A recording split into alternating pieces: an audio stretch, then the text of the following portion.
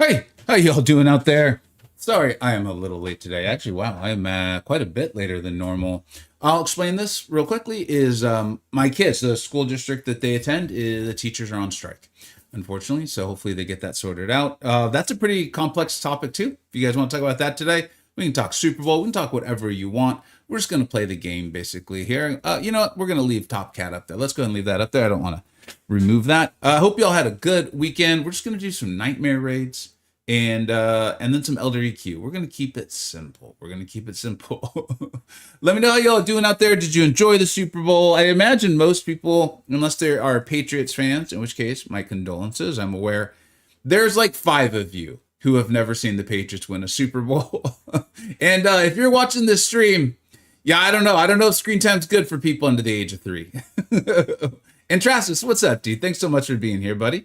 It's cool that you are here. I appreciate you showing up. How'd you enjoy the Super Bowl, man? Did you watch it?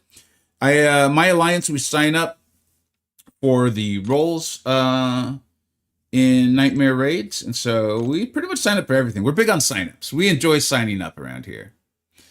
Xandra, what's up, dude? Silly, what is going on, man? How you doing? All right, let me take a quick look at this. Take a quick look at this.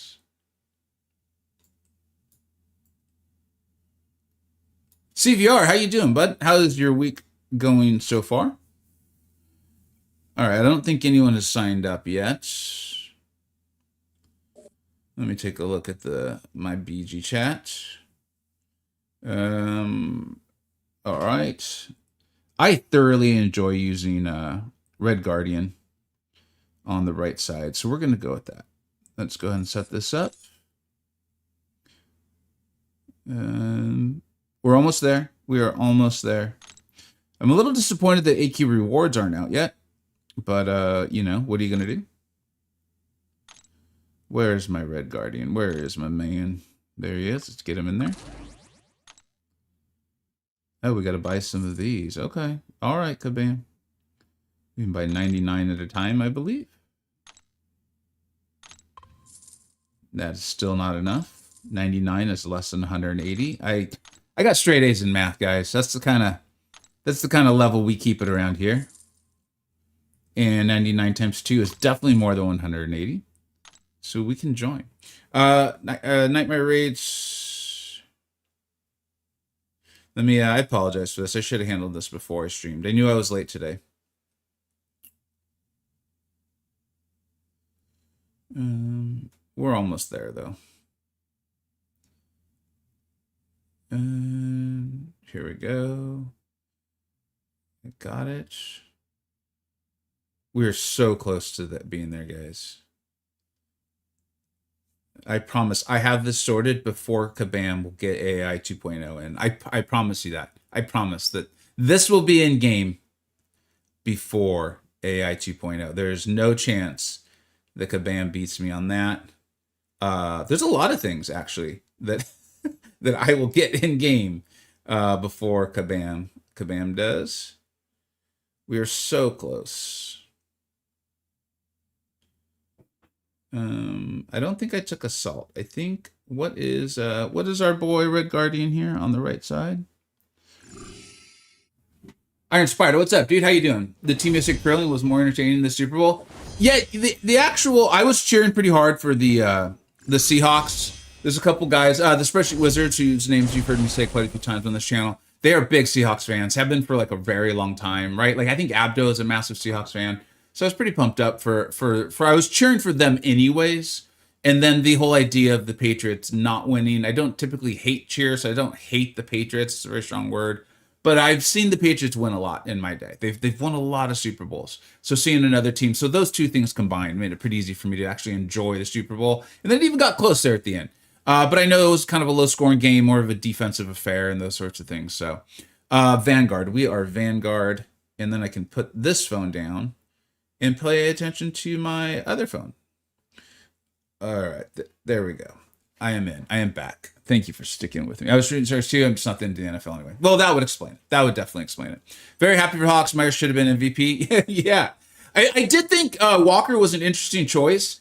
I did think that was cool, though. Again, like, I've been watching the NFL for a while, and we've moved into this era where it's like, It honestly feels as if their voters are like, did the quarterback ruin the game? No? Okay, then he's obviously the MVP. Like, it just feels that way. I actually thought Darnold played well. Again, some of the people in my Discord were saying they thought he played actually not amazing. Not that he played poorly, but that he did not play as well as he had all season, which I think is, seeing as they were clearly the best team in the league. But Gonzalez made some phenomenal plays. The Patriots are known for having a great defense too, so I don't know. Do we know when Coliseum rewards are coming? We have no idea. Hopefully before 2.0. This is the game we choose to play. Sandman buff. Yeah, dude, the Sandman buff looks pretty cool. I'm very excited about Ascension. Here, let me pick my appropriate boost. My appropriate boost. Without the appropriate boost, it's not as much fun. Where is the when the attack box? I think it's I think Shield Smasher.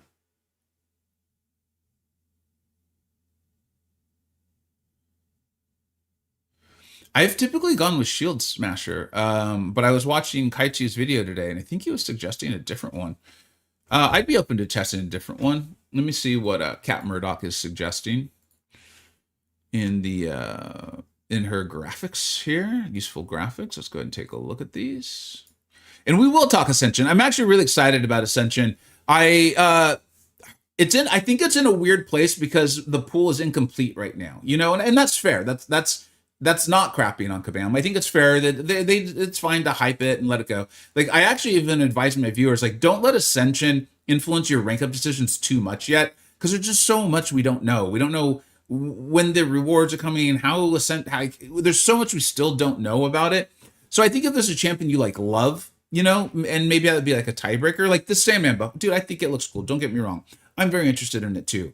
But like, I hope in the next couple months I'm able to do my first rank 5. I'm not going to rank up Sandman. Does that make sense? I want to see it. I want to know more about Ascension, that sort of thing. But I do think a video, and let's talk about it in the stream today. A video of me kind of going over the various champions and where I feel like, let's give an example. Black Panther Civil War, I genuinely was surprised. I was truly actually surprised to see him in the pool. Not that he's overall one of the best champions in the game. He's very much not. But where he's good, he is so darn good. I was very surprised to see him. So, like, if you're a big Black Panther Civil War fan, I think it would make a lot of sense to take him to rank 5, rank 4, those sorts of things. Get excited about it. I actually have similar thoughts about Patriot. I have similar thoughts about Spider-Punk. I'm looking at the pool right now. I realize you guys are like, what the hell is he doing? A Pavita Pervarker, I think, is an obvious no-brainer sort of scenario. The only reason why you wouldn't take him to rank 5 and ascend him is if you play Battlegrounds and you don't want him to get banned all the time. Let me check this out, though, so I can pick the role. If you haven't seen Kaitu's video, I highly suggest checking it out. He does it all in like 2 minutes, too. Gets you in, gets you out, ready to play the game, which I know a lot of people appreciate. He does a good job with it. She's saying weak spot too. Interesting. I don't usually use weak spot with Red Guardian, and I have phenomenal results. Increase any raid fervor gained from missions by 6. Do any of you use Red Guardian, and do you have good results? What do you use? What's up, man? Easy, how you doing? Guess who just hit level 67? I don't know. Sync who? Congratulations, man. What's up, Ela? How you doing, man? What's up, Stink? Weak spot. When punishing the opponent's heavier special attack, inflict them with a 45-second 1% weakness debuff. Oh, because of the debuffs. Max 5. Each taunt all grants all attacks 40% of the attack. Oh my good god. Are you telling me that I've been playing them with a inferior boost and we're still getting the results we've been getting? That would be amazing. Let's do it, man. Let's do it. I thought either of our kickers or team defense should have won, but Walker's all good. Oh, dude, Walker's great. And like, it did look like a hold by the center on the TD run at the end. So it's kind of one of those, like, without that hold, that run probably doesn't happen. We don't know because it's hard to say exactly what would happen. But I think if he has that TD run, then yeah, he's the MVP. He also made some amazing plays. Like, he was. If they could have given it to the defense, I think they would have. I just don't think that's allowed. I don't think that's within like their rules. 99 is less than 180. You got that right, man. You got that right. I've only seen I slept the whole game, but just woke up. Only seen some clips of Bad Bunny. Hopefully you enjoyed it, man. Hopefully you enjoyed it. I know that I definitely did. Missed the last stream when it came out. All right. Well, thank you for being here. Like I said, I'm a little later than normal today. In fact, this whole week's probably going to be, I don't know. For those who have tuned in recently, didn't see the very beginning. My kids are both in public schools, and the school district, the teachers, the educators are on strike. We hoped that wouldn't have to happen, but and I'm open to your guys' thoughts. Like we talk about real life stuff here on this channel, and I think especially in the United States of America, it is schooling, education is an incredibly complex topic with a lot of reasons why it's not better. But I do think paying our teachers better is probably one of the pillars of ways to improve it. So I definitely am supportive of our teachers and all that, despite it's going to be tough having 2 kids at home. So we'll get through it. We will. Oh, life is good. I'm well suited to handle this. So it just means my poor streaming is going to be a little later than normal. Like again, but I do apologize in all seriousness. I will try to be very on time though on Wednesday when the new side event lands, and on Friday when the Valentine's Day sale goes live. I usually 7-star R3 Luke Cage with weak spot. I can get off some massive damage. I've never really looked at weak spot. At least I don't recall. And I see it now that I've read through. I'm pretty excited about this. What's up, Red Hat? How you doing, bud? All right, cool. Let's go ahead and check this out. What do we got here? 4 mediums or 5 lights. We'll get grit. All right. I don't know why I read this because I'm gonna forget all of it. There's just so much. It's overload. Whatever. Okay, let me remind myself of the role I took because I'm not used to it. Where do you see weak spot? Oh, it's when I punish heavies and specials, I think it was. Question for you or anyone who's used these champs for Tactician, Folkling or Angela. I would honestly, Kaitu's video is really good. If you're not familiar with that, we'll see if maybe a moderator or I can in a minute check it out. If someone has experience with Hulkling or Angela, please let them know. Old Man Easy, he might still be here. He's a big fan of Angela, plays her a lot, so he might know. I don't use either of them. I tend to stay in my lane when it comes to raids. Can I still get my Alliance Coliseum rewards even if I leave the Alliance now? I would wait, dude. I know it sucks to do that, but I would wait if possible. That's part of why the rewards coming out timely is important, with all these shifting schedules and things. So I'm sorry, I don't know. I wouldn't take that chance because those rewards are so good, right?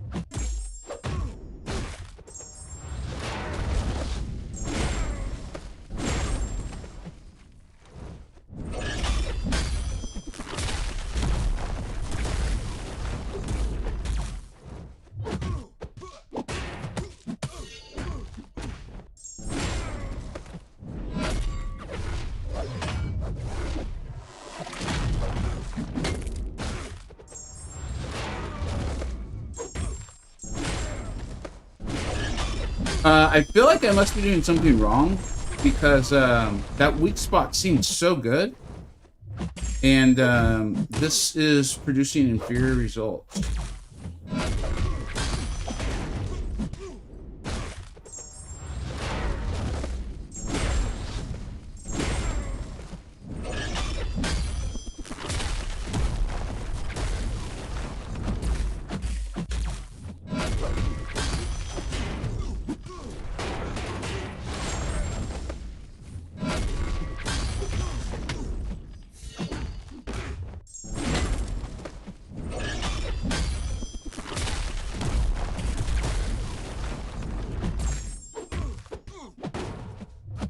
Oh, I was forgetting to put the thing on cooldown.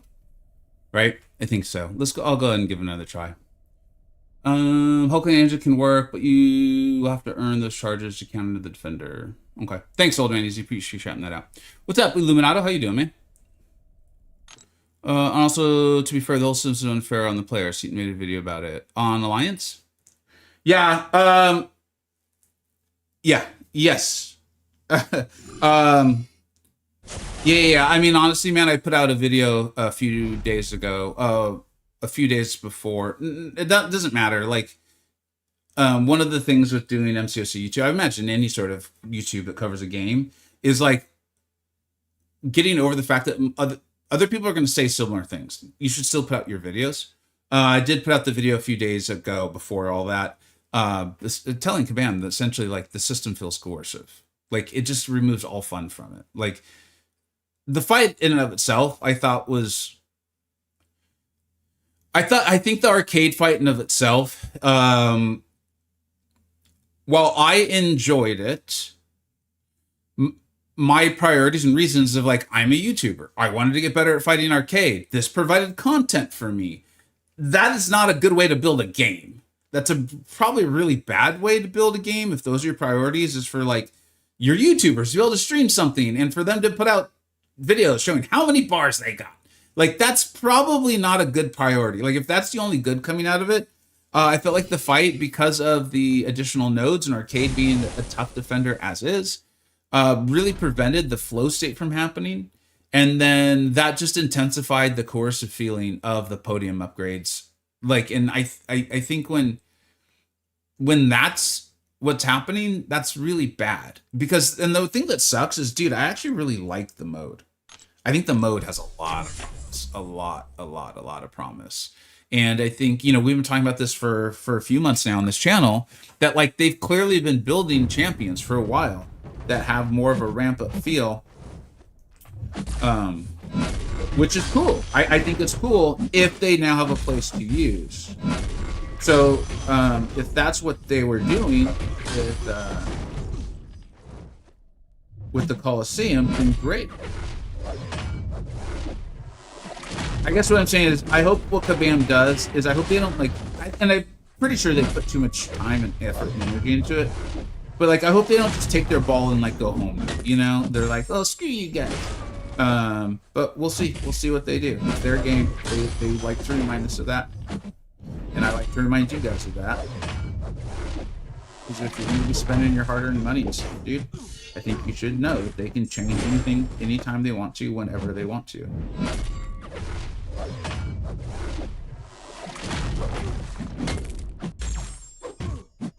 There we go. Yeah, it'll help if I remember to actually play the mode correctly. Turns out, playing the mode correctly helpful to doing damage. That is the kind of stuff you can't get. So how I said that a lot of us YouTubers, we will say similar things and it's still important to put out the videos? That's the kind of information only this channel puts out.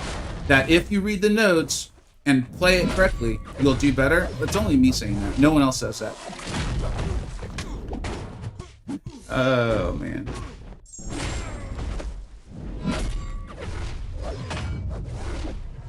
Alright, we are almost there.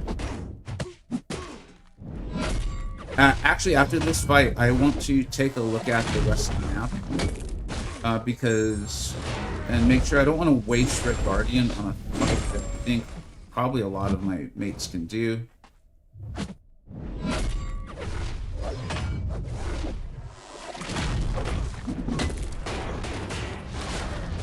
don't know why I did that. Red Guardian came in and saved me. I hope this year with the champions, that Kabam adds to sales, I'm hoping this year they kind of make up for last year. Or not make up for, whatever. Yeah, no, in my opinion, it is make up for it. But I understand if you disagree. And they sell Red Guardian and Dark Phoenix at like very discounted rates compared to what they did. Oh shoot, last year. I had a parry not work. He's probably He's probably stun immune or something at that time. I don't like the fact. Oh, dude, the 3 days is bullshit. And I appreciate actually with some. I was actually trying to be like not nice. Nice isn't the term. I had learned that Kabam when I was in the CCP, and I would say things like, "Guys, this feels coercive." Like it would usually get back. Thank you very much for the follow. It would bring back a lot of like irritation, anger, and stuff like this. And so I just like learned. I was like, okay, when I provide their feedback to them, I need to like go overboard in ensuring that like they know I really respect them and all this stuff. Like that stuff was so outrageously important. And so in the video, like I was like, oh, this feels coercive. I'm not saying that you are cursing us. And there's a lot of viewers like, dude, like you don't need to do that. And I was like, you know what? You're right. I don't. So yeah, it's coercive as F, man. People have jobs, they have schools, they have family. Like it makes no sense for it to be 3 days. Like there's no logical explanation for it to be 3 days outside of we want to sell podium tokens. There is none. It's like when Dark Phoenix was in that sale, and they were all like, I don't know why you would think that she would be in the crystal. And I was like, every crystal has like of this nature. Every sale, there's 6 champions, 1 of each class. What do you mean? Well, you can't rely on precedent. What do you mean we can't? So like, oh my God. Yeah, mate, you're the only reason I was able to finish Act 3. I just didn't know how to read. Yeah, man, that's why people come here. That's why people come here, man. I'm the only channel that will tell you this stuff.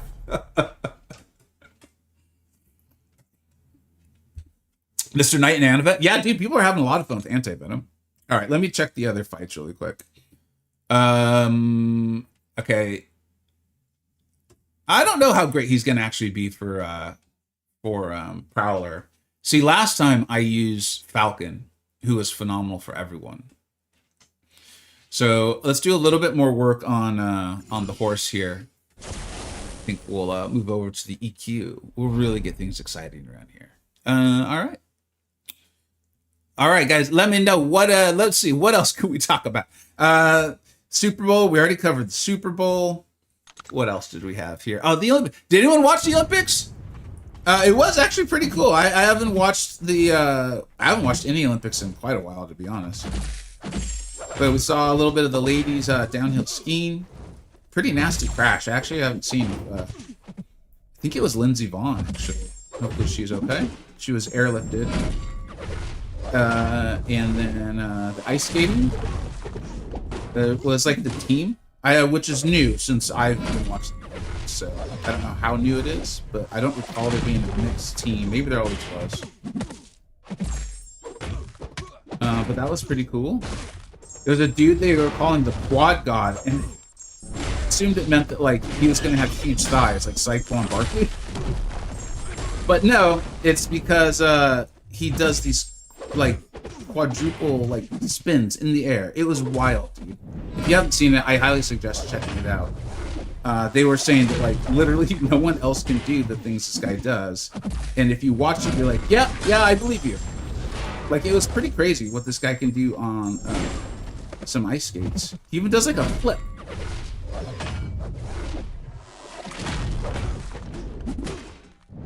Actually, I almost felt badly for. Okay, yeah, that's fast. That's really fast. A Japanese skater skated after him.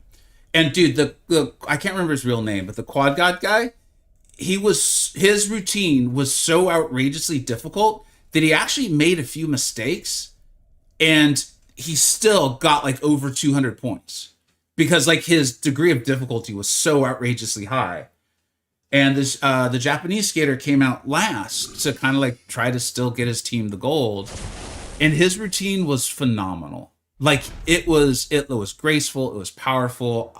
To my completely untrained eye, it looked perfect, and you could tell he was very happy with it. And he still did not beat this Quad God guy, and I think Japan came in second. They looked really happy. Like it was cool to see his team just be like impressed with it. Like it did not seem like it hit them being like, oh, we still got second. It was more like, dude, that was amazing. It was cool. It was kind of like felt like what the Olympics are supposed to be about. The Winter Games usually dominated by the Norwegians. On the small amount I saw last night, it was not. But yeah, I mean, that would make sense, I think. I mean, sure. I believe you. Let's put it that way. I believe you. Audi is my favorite car company. Is there now? So Audi, my favorite car company, is in there now. So I know who I'll support. All right, cool. Love the Olympics. Solid so far. It definitely had me. I'm excited for F1. I understand now. I was like, oh, that's interesting. Yeah. Some of the guys were excited about the Cadillac F1. I don't know. I don't follow racing very well at all. About the F1 commercial yesterday and the Super Bowl, I believe.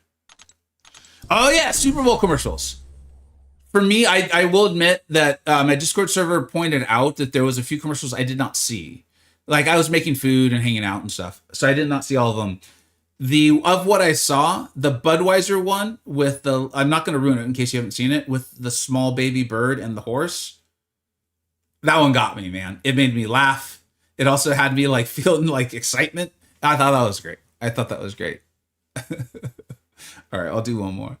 Hey, what's up, Vilgador? How you doing, bud? What's up, Kurt? How you doing? Norway is currently in the lead. Oh, okay. All right. No, man, I refuse to believe that. I am an American. I am sure we're in first. Your stats are obviously wrong. I would like you to go back and check them. That was good. Oh man, this horse is pissed. He didn't like my joke. It was just a joke, Bill. Just a joke. Do you have no sense of humor? I think he doesn't. He doesn't look like he'd have a sense of humor. Very serious.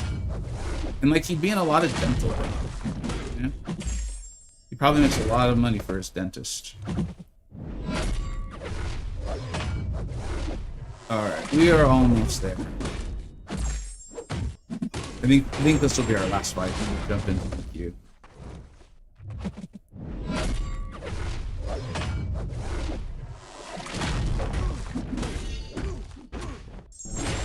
Fresh those buffs, or debuffs, I mean. Come on, Bill. You can do it, man.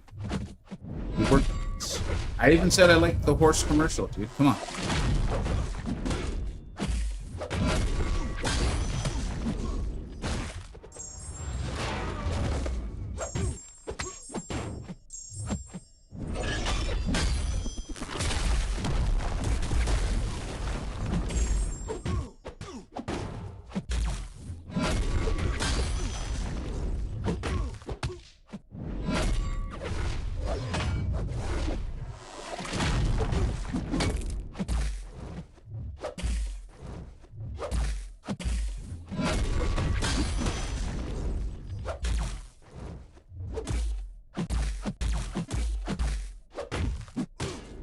And I messed it up again. I thought I still had the little yellow thing.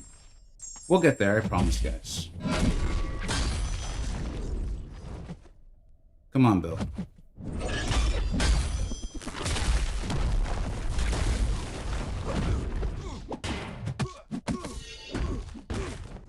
Right, here we go.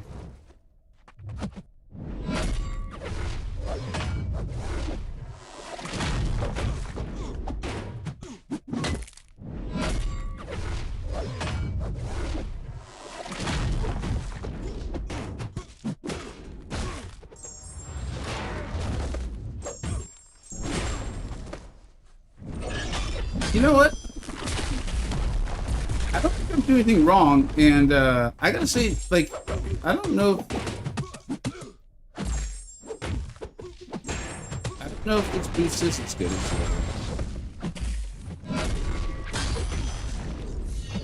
I didn't mean to do that.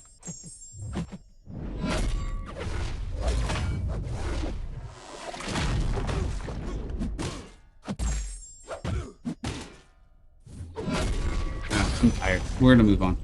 Which buff was good for Serpent and Nightmare Raids? I'm just gonna leave up Cat's document. Serpent.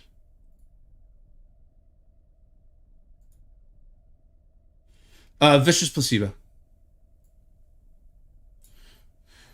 Oh, Hilgador feels like unparalleled buff. So I think with some of these champions, man, they're so good that it would make sense that there's multiple that they could be good with. I would listen to Hilgendorf or Cat. They're both really smart players. And it's kind of like what I'm saying with Red Guardian, I'm used to a different role for him, or a different buff for him. And so if I probably played this weak spot one better, we probably would have gotten better results like we did. I think it was like on attempt 2 or something like that. Why the long face, Bill? What's up, Ozzy? How you doing, man?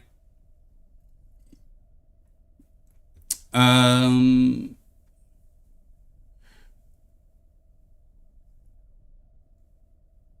hey, what's up? Who's your daddy? How you doing, man?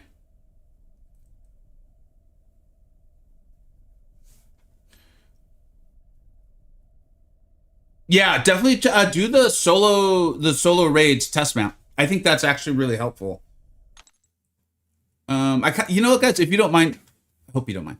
I want to do one more of these and really pay attention to what I'm doing a bit more because that run felt wildly bad, and so I think I was probably making some sort of mistake.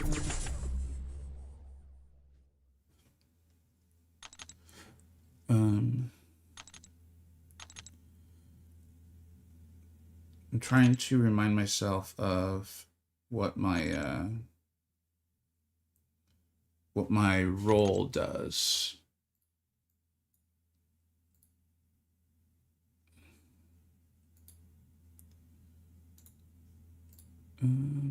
Where is it?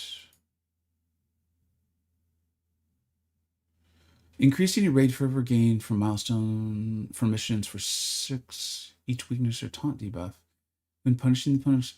I thought I was doing it right. This is one of those ones where trying to talk and do all that, just not paying near as much attention to what I'm doing. I'm gonna give it a go.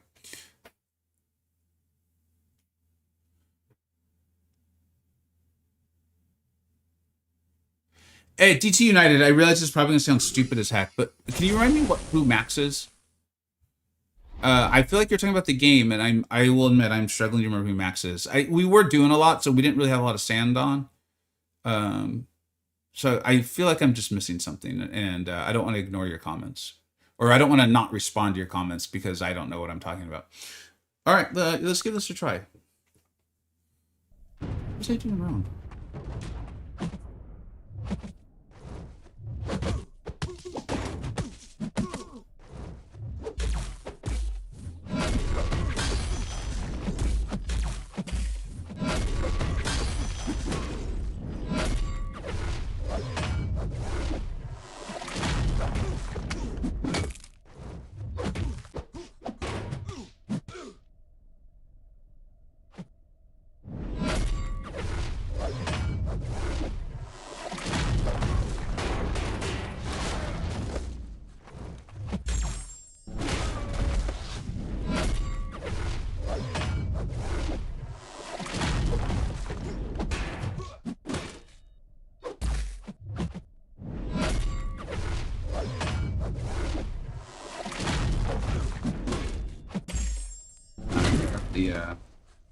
We have so many debuffs though, I don't think it's gonna matter.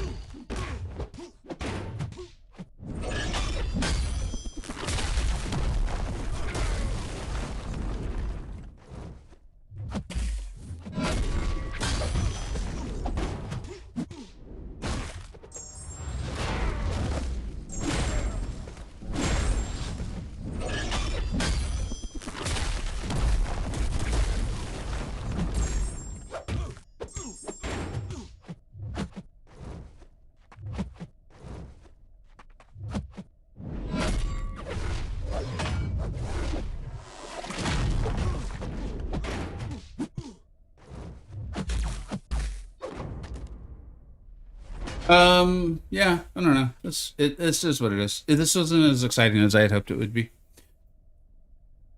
Oh, Formula One. No wonder I don't recognize it at all. Okay, yeah. All right, now I don't feel bad. I was like, was there a Max in the Super Bowl? Was there a Max in the Olympics? I was like, man, I thought I was paying attention, but I guess I wasn't. All right, let's go ahead and do the EQ now.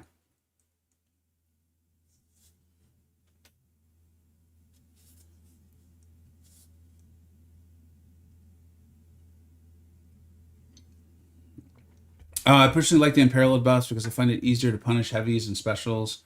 But this is supposed to be what a lot of people prefer. This is for the Serpent Angela conversation.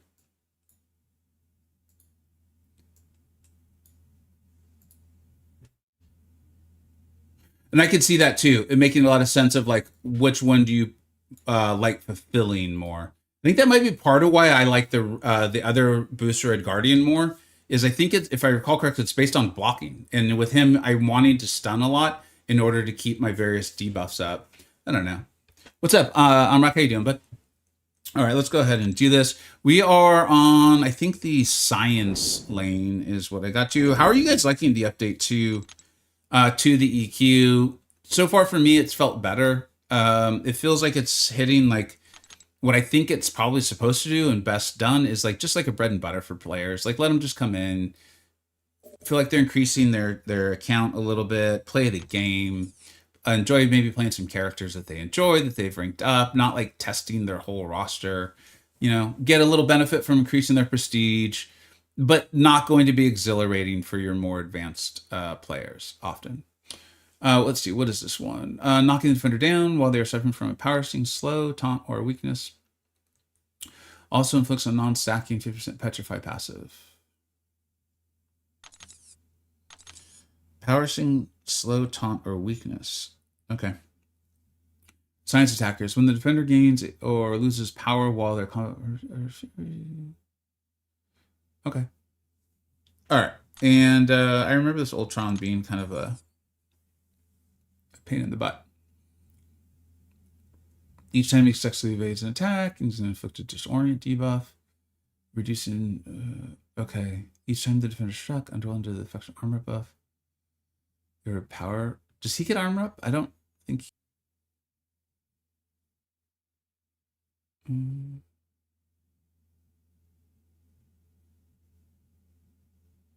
I don't think Ultron gets an armor up. Oh, wait, there it is. Blocking every fourth block attack grants an armor up. Okay. Shows you what I know.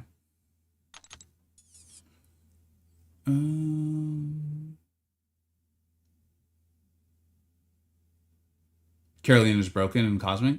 So that's cool. Like, give. I mean, she's a fun champ. She's actually one of my favorite champs to play.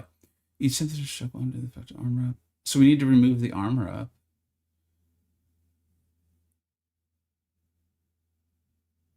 This is a weird note. The defender has a 60% chance to evade all incoming attacks. Who did you guys use for this? Because I remember being a pain in the ass. I got it done, but it was like some like... I just had to like play around it and hope my attacks didn't get evaded. Vox? Yeah, I'm happy to use Vox. That's a smart call. Okay. So we'll do a bunch of science champions in Vox. Thanks, B.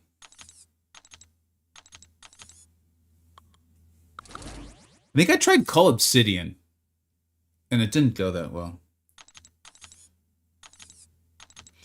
I recently awakened and sigged up my Jessica Jones. I saw what Reedlos was doing in Coliseum, and it was a lot of fun. It looked like a lot of fun, and so I want to try using her here. I don't know how well it's gonna go.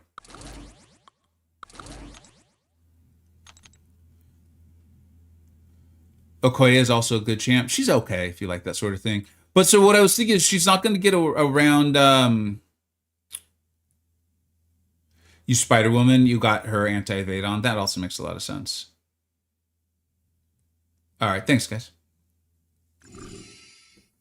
Thanks, Lord Shane. How you doing, bud? Thanks a lot for being here. Noel is also good. Hey, what's up, Joel? Vox has the true accuracy pretty much. Yeah, that's... I want to make it as simple as possible. I think I'm suffering a little bit of a Super Bowl hangover.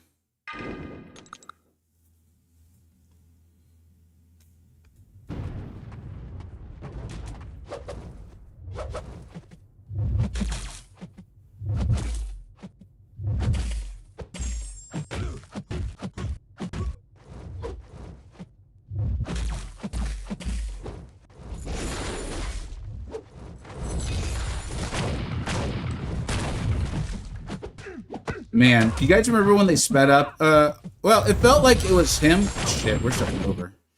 It felt like it was just related to Cosmic Ghost Rider speeding up the recovery of his SP1. Maybe it was a sign that the AI itself was just speeding up tremendously.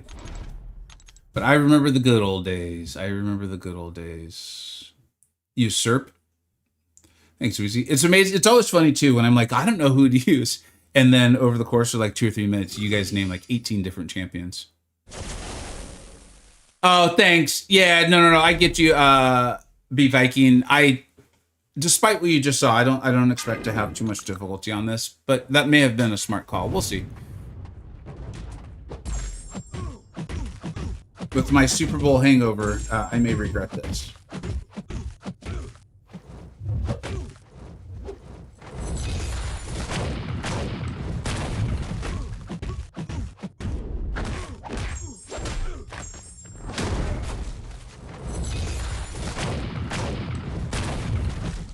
Dude, his recovery is crazy now. You have to have been playing a very long time to remember that how much it got sped up. Such a weird thing too, because it's not like he was like some crazy tough. Oh my god. Dude.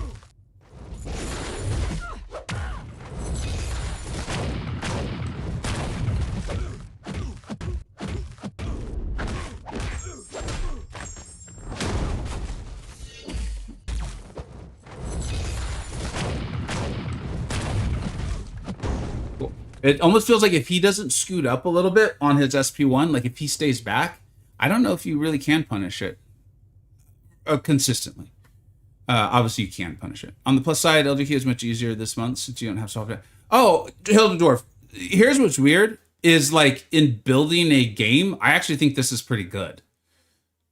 I think a lot of the people who like, I don't know. I think a lot of the people who are like, doing EQ all the time, I don't think they're the people that are like spending a ton of time on the forums and on YouTube and stuff like that. Like I think if this is like the highlight of your month each month, I don't think you're as invested in the game. And so I think it's probably pretty good.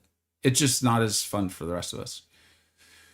Made it smooth. Yeah, I think as soon as we get that key or whatever, so that we don't have to do the regular first, I think that'll... It's one of those things where it's like feel like, is that really that big of a deal? No, absolutely not. But I think as players, it will feel better to not have to do it. We were kind of having a funny conversation about this. Hey, what's up, Rick? How you doing, bud? It looks like you should make a comment too. I'll try to get to that in a minute, so I don't lose to a draft here. But we were having a conversation about Ascension.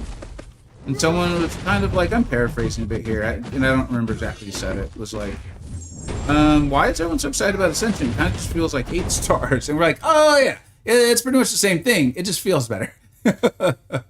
Right? I think that was essence of like, they've basically replaced Awakening Gems and 6 Stones with Ascension tokens and Class Ascension tokens. But it feels better, you know? And we'll see how they do it. It's like there's the negative and the positive to live service, right?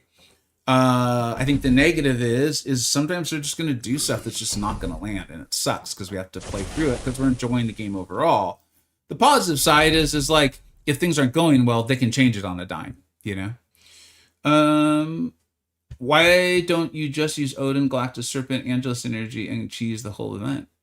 Because I mean that was hard to even read, Rick. That was hard to read all of that. Because I'm having fun, basically. I want to play my Jessica Jones. I was shocked that I have a 7-star Jessica Jones. In fact, does anyone here? Well, I know my alliance mates have one, so you guys, not that you don't count, but my alliance got 14th in the banquet event, which is just crazy wild. And it came with a 7-star selector. And I was able to select.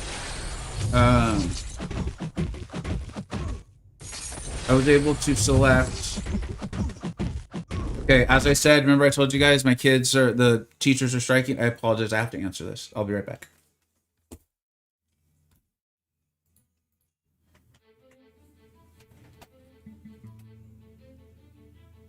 Hello?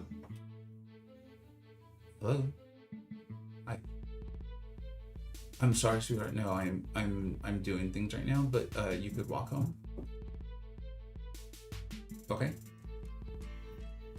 Text me and let me know what you do. If you truly need help, I'll stop and I'll come get you. Okay, bye.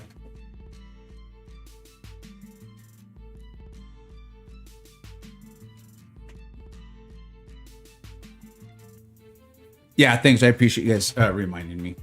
One day I'll get it fixed. It's funny because I actually want you guys to be able to hear me when I do be right back. It's so often just like reloading the game or something. So I want that, but I do appreciate you guys reminding me in case I forget one day with these like personal conversations. Yeah, I've been called in to help negotiate with the union. No. Just one of my kids asking if I would drive them somewhere, and I'm like, it's like a 10-minute walk. Um, they are young, and it's good. It's good. It's good that kids are young. I do have some sort of just know. She's mainly NT. Yeah. But what's been weird is like, and this is the kind of thing why I'm excited about Coliseum and like what I hope that Kabam's doing. I think it's pretty clear that they are, is building more build-up champions, like ramp-up champions, particularly ones that could ramp up in a fight. That's my one concern with J. Jonah Jameson. Not that he doesn't ramp up in a fight, and he does, but he's more of a ramp fight to fight, which might be what they're doing in a Fortress Assault, but they didn't really give us much information on it, so it doesn't feel like they know that much about it. So I'm a little worried about J. Jonah, to be honest, because I do think he's good. I think he's really cool. There's just not a lot of places to use him. Jessica Jones, though, dude, she was so much. I actually enjoyed the. In fact, I did record it. It would perform so poorly on YouTube, but I did record it. I think I got 12 arcade health balls with her. She just ramps up so nicely in a fight, and because of like her unblockable and her unstoppable, she was able to kind of work around a lot of the annoying parts of the fight.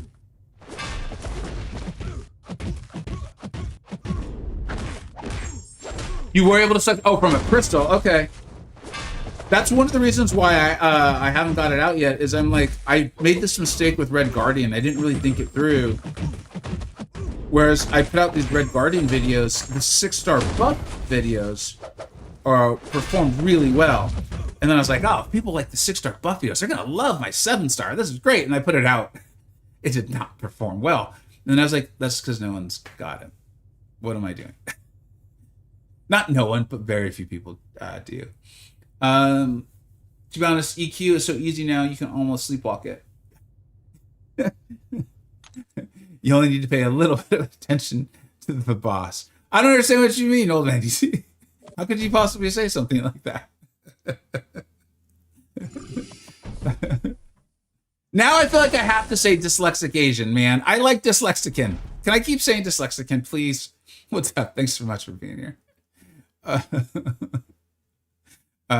Let's do Jessica. Let's keep it going. We got the Jessica train going. I perform my idol as it performs similarly at times.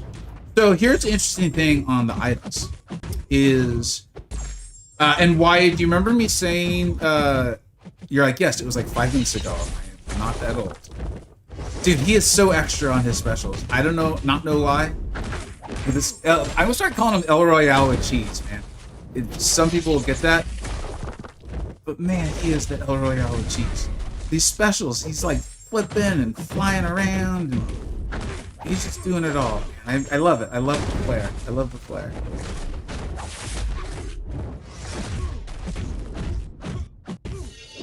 All right. What was I saying though? I was saying something. Man. Is anyone listening? Oh, the idols. So idol videos had performed very poorly for me too, relative to other videos. And so I kind of made the assumption that like they weren't doing well as far as sales. And although it's funny because I say that, so now I'm like, wait a minute. I've now gotten to the point where I've learned and accepted that pretty much any messaging I get from a Kabam, someone who works for a Kabam, regardless of any relationship I had with them, pre-existing or current, I think it's really important before I go and I say anything to you guys, especially even if I'm allowed to say it to you guys. I don't share information I'm not supposed to share, to say. is I was informed and told that the idols actually had been pretty successful from Kabam's viewpoint. And I don't see why they would reach out to me and tell me something inaccurate on that. I just can't imagine why they would. And the thing I kind of took from that was like, there is a large amount of our player base that does not watch YouTube. Or if they are, they're very, very honed in. Like MCoC Encyclopedia, MCoC Noob, like are really amazing guide makers, right? Like their channels are outrageously successful, partially because they're so good. I want to be clear. They are phenomenal at the guides, right? But there, I think, are a lot of players who are like, I'm not really here to hear editorializing or hear a thought piece or, or look at my general tier list, like how well that performs. They're like, look, just tell me who's good, and then tell me how to do the quests, and I'm out. And so when I tried to like put those things together, I was like, okay, maybe the idols have done well. In relation to the rest of the game, they're not that expensive, right? Like for this game, spending $15 to get a champion, dude, that is cheap as hell, man, right? And so I was like, maybe that's something for me to kind of keep in mind a bit more, is who's actually watching streams and videos. Versus who's playing the game. Because as much as I'd like to reach out to everyone who's playing the game, I just don't. Because a lot of them don't watch videos. Royalty, did you read the Bible? Okay, so you knew where I was going with this. I realized that, like, I might come up with a better nickname for him, but right now I really like a Royal Cheese, because, dude, he is extra, man. I didn't see your video on her. I will check it out. Which one? On Jessica? I haven't put one out on Jess yet. Didn't use her on Arcade. Hope she... I did not do the run with her until I was even done streaming on the last day. I had streamed on the last day, got the 5th podium up a little bit just to help out my alliance. You know, like that's kind of how we work is, people are going to have real life stuff come up. And so one of the ways that it does not hurt the alliance is if everyone just does a little bit extra sometimes, we're supposed to be active in-game players. And so it wasn't until afterwards, it was like Friday afternoon or something like that, I recall. And so I think I'm just going to eventually do a Jessica Jones video, and I'll just put that in there.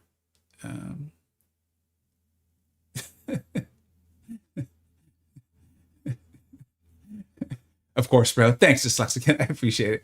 It's hard. I have to like really think about saying dyslexic Asian. And you know how me and thinking go. We are not friends. We are constantly having tension. Okay, it's funny to see but this is again kind of like, I think each channel kind of creates its own little community too, whether it's intentional or not.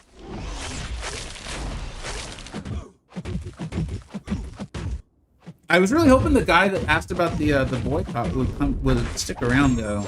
Maybe something came up. Because I know there's no way someone would see a thumbnail, decide whatever it is they wanted it to be is what it is, and then come in and try to troll someone who did exactly what they said they were going to do. Right? There's no way that would happen.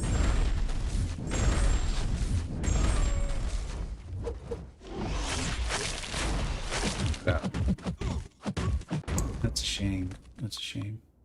Jessica Jones was my goal for the banquet. I did not get her. Now I have to wait another 12 months. She's really fun, dude. She really is. You know what I'm realizing on YouTube side? You guys have like little shields by your name now. That's kind of cool. By the way, did you manage to watch Wonder Man yet? Oh, dude. Yeah, actually, Ricky. Was that you that suggested it to me? Or were you the one who didn't like it? I don't remember. You're like, actually, it was neither, man. I have no idea what the hell you're talking about. Nope. Okay. I actually really like it. Nope. Yep. Stream delay coming in to kill us. I actually really like it. It's not. I'm only 3 episodes in. so please don't spoil it. Um, I think it's a lot of like, I think it's well done, and I think the acting is very good, which I think to the surprise of no one, right? Like all the awards for those actors and stuff.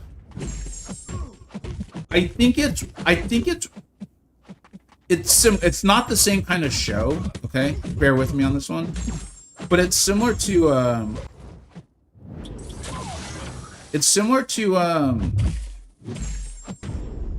one of my favorite Marvel TV shows, and actually I think it was one of my favorite Marvel like products. I think, I don't know. I'd have to really think that one through. Was the Moon Knight show? Man, I swear I can Dex as SB1, and I can understand why. I promise I can. It is true that I can Dex it. I can understand why people who like Marvel stuff. Good thing I was unstoppable. Did not like Moon Knight show, and I could see why people who like Marvel, they want to see superhero things, right? They want to see flying around, man. They want to see lasers out of eyes. They want to see things in danger being saved. They want to see standing up for justice. Like, and I get that. And through 3 episodes, anyways, that's not Wonder Man. So I can totally understand why someone would be like, I don't like it. Like, yeah, that's fair.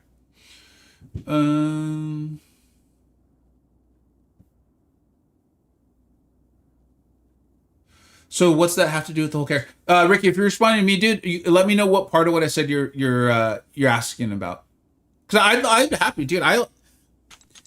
If people I like talking to people who disagree with me if it stays civil and respectful. Like, you know what I mean? I actually really like it. Did you like Loki? I did like Loki. I will fully admit, they only did 2 seasons, right? I missed the joke. I missed a lot of jokes.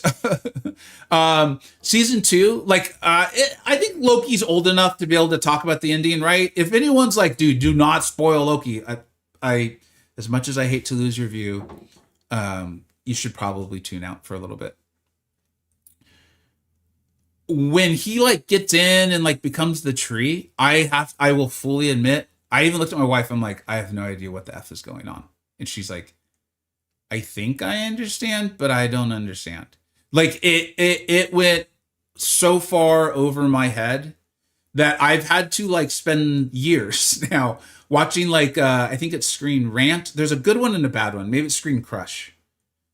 There's one I like where the guy's got like a little dog, and I like that one. And there's another one that I'm like, I don't like this one nearly as much. And New Rockstars, like basically explaining what happened and how it fits in with like other Marvel stuff for me to be like, okay, I think I get what happened. I still really don't understand what happened, but okay. Like I understood that Loki made some sort of like very grand sacrifice. And it was like a very cool like redemption arc and storyline for the character. I really enjoyed all of that. But Marvel and the whole like time travel and universes thing, I don't think I struggle to understand. I struggle to make sense of. So yeah, making the world tree and trying in more Norse mythology was great. See, I didn't know what the world tree was. I didn't understand that it was part of Norse mythology. Like these are things that, yeah, I watched those too. Yeah. These are things that like, I like those channels. I know there's some people like vehemently hate them. The only thing I dislike about them, and I don't subscribe to either, is and I understand why as someone who does YouTube, is like they get their video out like immediately. In fact, I feel like they probably have done like advanced screenings of things because their explainer videos come out so fast that they have like not ruined, because I still liked the movies or whatever, or the show, but they've kind of like spoiled, I think that's the word, some shows and movies for me. I used to subscribe to both because I go to my sub feed. When I go to YouTube, I go immediately to my sub feed because I subscribe to these channels for a reason. I want to see what they've put out. I don't want to wait for the algorithm to suggest it to me. And I don't remember which ones or whatever. I think it was Fantastic Four was the most recent, where they're like, why did so-and-so do this? And I was like, well, shit, man. I didn't want to know that, man. Like the movie's been out for like 6 hours. Why did you? Like, so I don't subscribe to them, but I will often go to them. Like I listen to them. Like I think most people listen to podcasts where I'm like, oh, I'm going to do in a drive, or I'm taking my dogs for a long walk. Like I'll throw this on. I enjoy it. Um, in fact, I realized I didn't even mean to. If for those of you guys who watch New Rock Stars, they have I can't think of his name, and I actually haven't heard him in a while, but I can't see why they would get rid of him. He was pretty good. I didn't mean to, but I was talking about how like I like to speculate on the channel. I enjoy a lot of what the game does, and I like talking about like, oh, I think this is happening, or I think that's happened, or I think this was a failure, or I think this was good, or whatever. I like it. It's part of what I enjoy. And so I was saying like, oh, I enjoy speculating. And I was like, oh my god, dude, I just, without meaning to, I just fully copied one of the New Rockstars guys, where he calls it, I think he calls it Speculation Nation. I felt a little badly about that, actually. He does not seem upset. Apparently he does not watch my channel. But yeah. So like, I'm sorry, like any see. Oh wait, that is what you said. I was like, anytime I see those letters like that, I always go straight to Lord of the Rings. Yeah, I loved the three movies, the three main ones. I've seen the show. I couldn't do it. I wanted to, but I couldn't. And they're the prequels, right? They were good. Like I was happy they were made, but they didn't grab me the way the I'm gonna call them like the three main Lord of the Rings, dude. Because dude, the Lord of the Rings, like so much of like the best fantasy or whatever sort of movies, like whatever genre, but like superhero, fantasy, or whatever. I think they are good when they bring in the real world. Now, I understand they can go too far, and like one of the things that's really nice is the escape from the real world. But to me, like, and I know I'm not the first person to say this, the Lord of the Rings is about like power and abuse and the corruption of power, and what it can do, and humanity. It's just a phenomenal story. We actually rewatched it recently. And, oh shoot, what do I need to do here? I think we actually need to go piggy here. And I was reminded of how much I liked it. Like, even Frodo's character, I will admit, there was stuff that I had forgotten, in regard to power and temptation and all of that. And it reminded me of, like, why Sam is so awesome,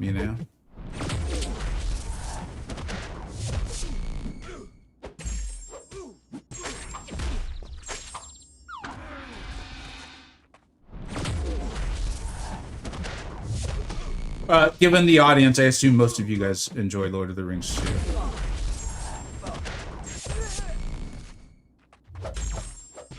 In fact, given the audience, did you guys like Harry Potter?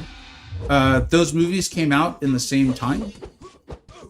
And I was a little old. Not that you couldn't have read Harry Potter at your own age. You can, dude. I mean, obviously, I'm a grown man playing video games. Obviously, I'm not concerned with being too old for something. But I did not grow up with Harry Potter. It was a thing, and I was already, by the time the first movie was made, I think I was probably like 24, 25. And even though the first movie very much felt like it was made for kids, I really liked it. And I stuck with it. And one of the things that I just never could really get, I never could like get that into, like, it prevented me from liking Harry Potter the way I would like Lord of the Rings. Is Harry Potter, like in Lord of the Rings, I felt like the characters were more real. I don't know how to explain this. I've never really tried to explain this before. My wife and I have talked about it before. Where like in Lord of the Rings, it felt like the struggles of the characters were fantasy versions of things people often really go through. And they struggled, but through like tremendous work and effort, they are able to overcome. And of course they have good fortune along the way, and a variety of people have to help in and all that stuff. And I felt like they tried to like tie it up nicely at the end with Harry Potter, but so much of Harry Potter, I'm like, he's just a lucky ass kid. Like Hermione's doing all the work. Like, and it just kept hitting me over and over where I'm like, so his best thing is that his parents loved him, which is great. Don't get me wrong, but it didn't carry it. I don't see Harry Potter in the character with nearly the same like legitimacy as like Luke Skywalker or Frodo or Sam. I mean, we could probably go on and on and on. I'm curious if you guys disagree, because I was a little old by the time I came into the Harry Potter stuff. Harry Potter overcomes so much stuff by the power of the script. Shoot, can you explain that a little bit more? Like, do you mean like the written script? I never liked Harry Potter. I used to adore Harry Potter. It was the first a proper chapter book series I read. I think it was like 5, but now that I can't not see the flaws. So that's why I'm not like trash. I'll be clear, I'm not trashing Harry Potter, the book, the series, because I don't think it was written for adults. Do you know what I'm saying? And so like, I think if you tried to like have a 6-year-old read Lord of the Rings, they'd be like, what the F is this? I hope that's clear. I kind of grouped them because of when the movies came out. I watched Lord of the Rings all 3 in one sitting on a flight to Hong Kong, 11 hours plus. The sad part was, after the movies, there was still 5. I'm sorry, old man, easy. He's saying he has plot armor, basically. Yeah. That's a really good take. Yeah, plot armor. That's how it felt. And I was like, I just can't, like, the kid's cool, don't get me wrong, and like he's got good principles, and like he's gritty, he's tough, like, but I just don't see him the way I see all these other, I guess, more adult characters. Sounds like I'm saying stuff that you guys are like, yeah, dude, you just now realize this? Yeah, plot armor, sorry. Oh, don't worry about it, Daniel. You actually explained it perfectly, to be clear. You actually wrote it perfectly. Because of my lack of, I'd never read the Harry Potter books. I read them, but not really. I thought maybe like power of the script was like something in the book or a magical power or something like that. You wrote it perfectly. How you like Twitch so far? Hey, what's up, Barrow? Dude, I'm a big fan of Twitch. Like, I promised my YouTube audience I will not leave them. And of course, I make a lot of videos, dude, right? And so I will not, you know, I have the ability to stream on both. And unless I learn something new, I will continue doing it. But Twitch is the vastly superior streaming. Like, it's not even close, as far as I'm concerned. Curious about you. I see you having like pretty good success. A magical place full. Oh, hold on. I think it's more aimed towards ideal childhood, a bullied child would want. That makes complete sense, Hamad. It really does, and I think that comes across, and it's interesting because all you guys feel like you're kind of saying like, yeah, like that's kind of what it's supposed to be. Which is weird though, because like by the time the last 2 movies were made, which is just the 7th, I think it's the 7th book split into 2 movies, right? It feels like they're trying to be more adult. Which I guess would also make sense if you're writing 7 books.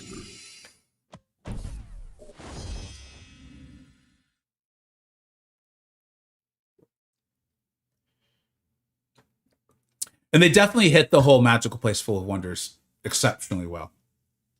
They built a cool world, that's for sure.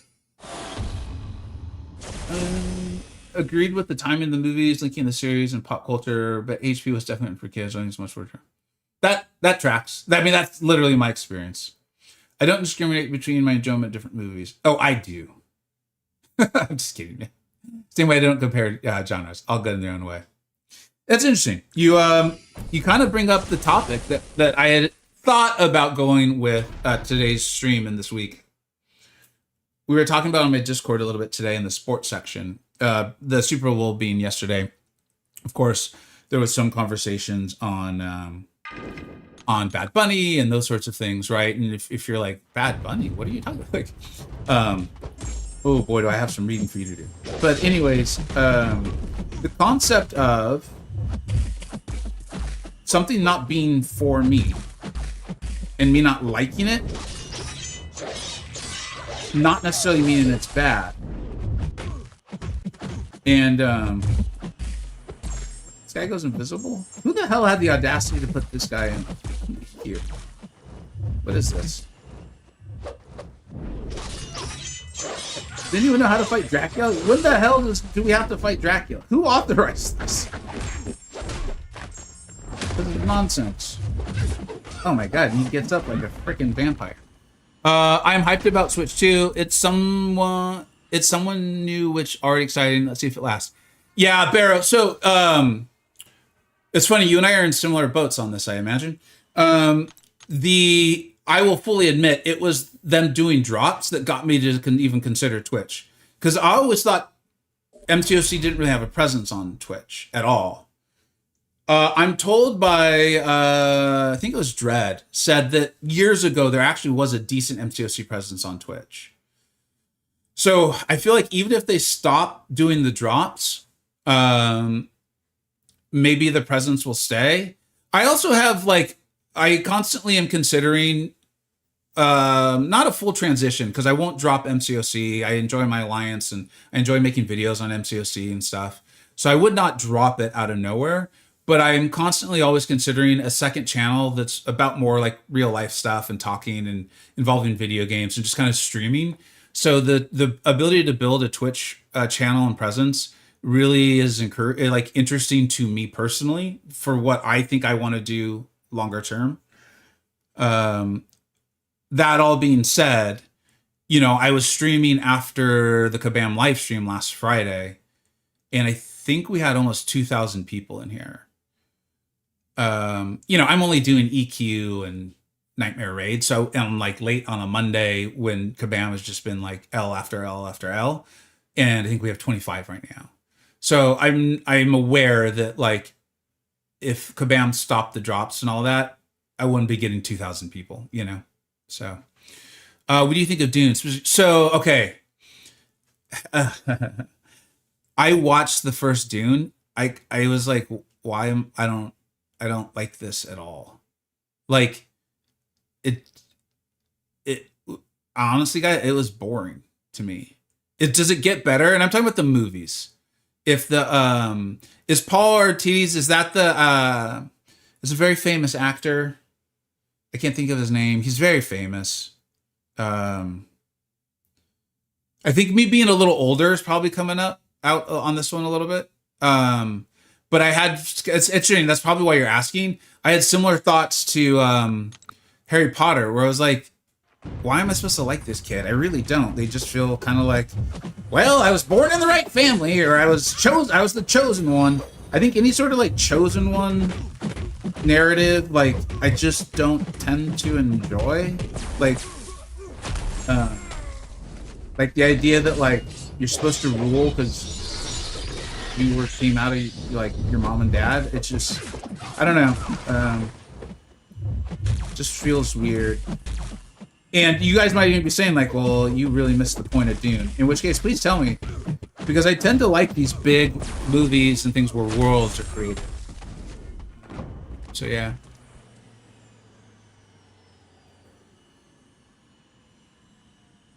I really love Dune. Read the first 2 books and really enjoyed the movies. I'm a huge board gamer. I wonder if reading the books would do me well. I'm a huge board gamer. Yeah, Hilgedorf, you do know a lot of your games, man. Twitch is really the way to go. Views overall are bigger. When the drops are on, views are much bigger. It has been interesting because I have my YouTube chat up so that I can always respond and whatever. But the Twitch interface for managing a stream is just superior. It's just so much better. And so I have that up completely at all times. But one of the things that's been interesting is when drops are later in their cycle, meaning more people have gotten them. If I'm streaming something cool, what was going on recently? I think it was when Coliseum went live last week, maybe. I was really surprised. We had I think over 300 people watching on the YouTube side, and I had no clue. I had no clue at all. So it's, I built an audience on YouTube, and it's funny, and I don't mind saying this. It is what it is. Barrow, I see he's still here. If Barrow's streaming BGs and I stream BGs, I'm going to have 40 people watching, and I get it, man. I'd rather watch Barrow too, So I think it's also what else is going on in the MCoC sphere. Barrow, yeah, drops are very important. Are you back? No, I'm not in the CCP. I am not in the CCP, and I imagine I will never be welcome back, and I'm okay with that. My channel's my channel. I'm going to say the things I'm going to say, and it just doesn't seem like a good fit for what they are doing with the CCP.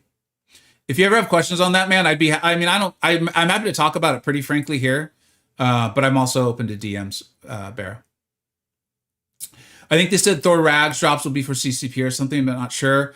I would, I'm happy to talk about this. Based on my experiences, I would not be surprised if Kabam tries to find ways to continue to promote their CCPers. I don't think there's anything inherently wrong with that. I want to be totally clear.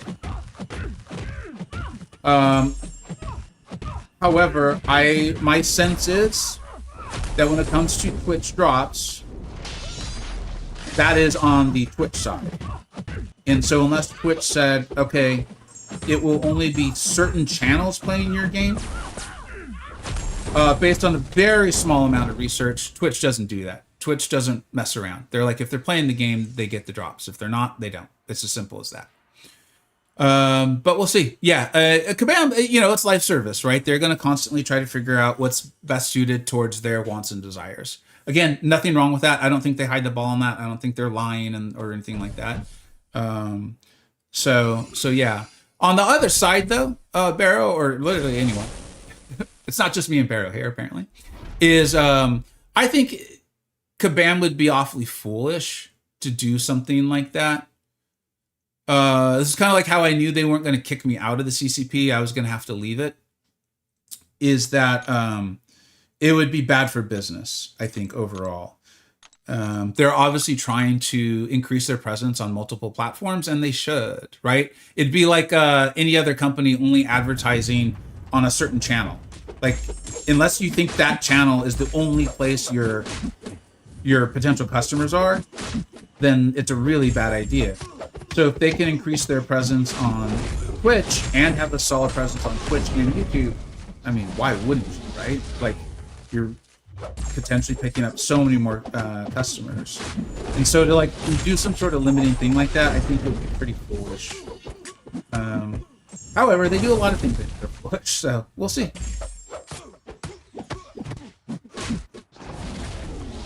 I found you for this time a little over a week ago. Subbed and have zero regrets. Thank you very much, Illuminatus. Yeah, your name, I do tend to read the comments. I will say your name's pretty cool. And a lot of people have different names on YouTube than they have on Twitch. So I was wondering about that. You become one of my favorite things to listen to while I'm just playing MCoC or whatever. I enjoy listening to you. Thank you very much. I'm trying more and more, I guess, let's say, or I've become more and more comfortable with, I think people who enjoy this channel enjoy the kind of podcasting nature of it. So that tracks, and I appreciate it. What's up, Ralph? Thanks for being here, bud. Oh, what's up, Sanskrit? How you doing, man? Poorly written is the best way to describe Harry Potter. It feels... we're going back to the Harry Potter part of the conversation. Again, like as an adult, that I did try to read it through with my... It feels for young kids. It really does. It also feels like... Listen, I'm someone who's A-okay and even thinks like artists are obviously influenced by other artists. Like so many of the great musical acts today are influenced by people from the 70s and 80s and 90s who were influenced by people from the 40s and 50s and 60s and so on and so forth. That's just art and creation and anything like that. There's a lot in Harry Potter. I'm like, this feels straight ripped out of other things though. Like there's some terms and things where I was like, and I don't remember them specifically. Is it Star Wars? We had reason to watch some Harry Potter in the last like 12 months. And I recall we watched it and I was like, wait a minute, did they really just say that? Like it felt like literally ripped out of other very, very famous. Maybe it was Lord of the Rings. I don't know. But it felt like stuff. What's up, K-Rock? How you doing, man? You meant to rule because you came out of your mom and your dad. I mean, that's how that stuff feels to me, man. And I will say, and you guys know this, I am an American, and like, obviously not every American's the same, where it's a massive country with a lot of people. But one of our whole things, one of our big chips on our shoulders is we're like, hell no, you're not going to tell me what to do. I don't care if it is good for me. Like, you don't tell me what to do just because you had the right mom and dad, man. I will make bad decisions all on my own. And so I think, and again, I don't speak for every American on this one, but I think we're predisposed to like not enjoying the like chosen one storylines, you know?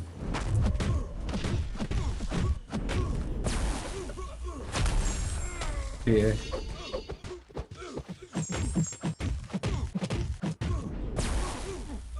Chalamet. Thank you. Yeah, I wasn't looking to make fun of the young man. He's obviously a very, very talented actor, and I know he's incredibly famous.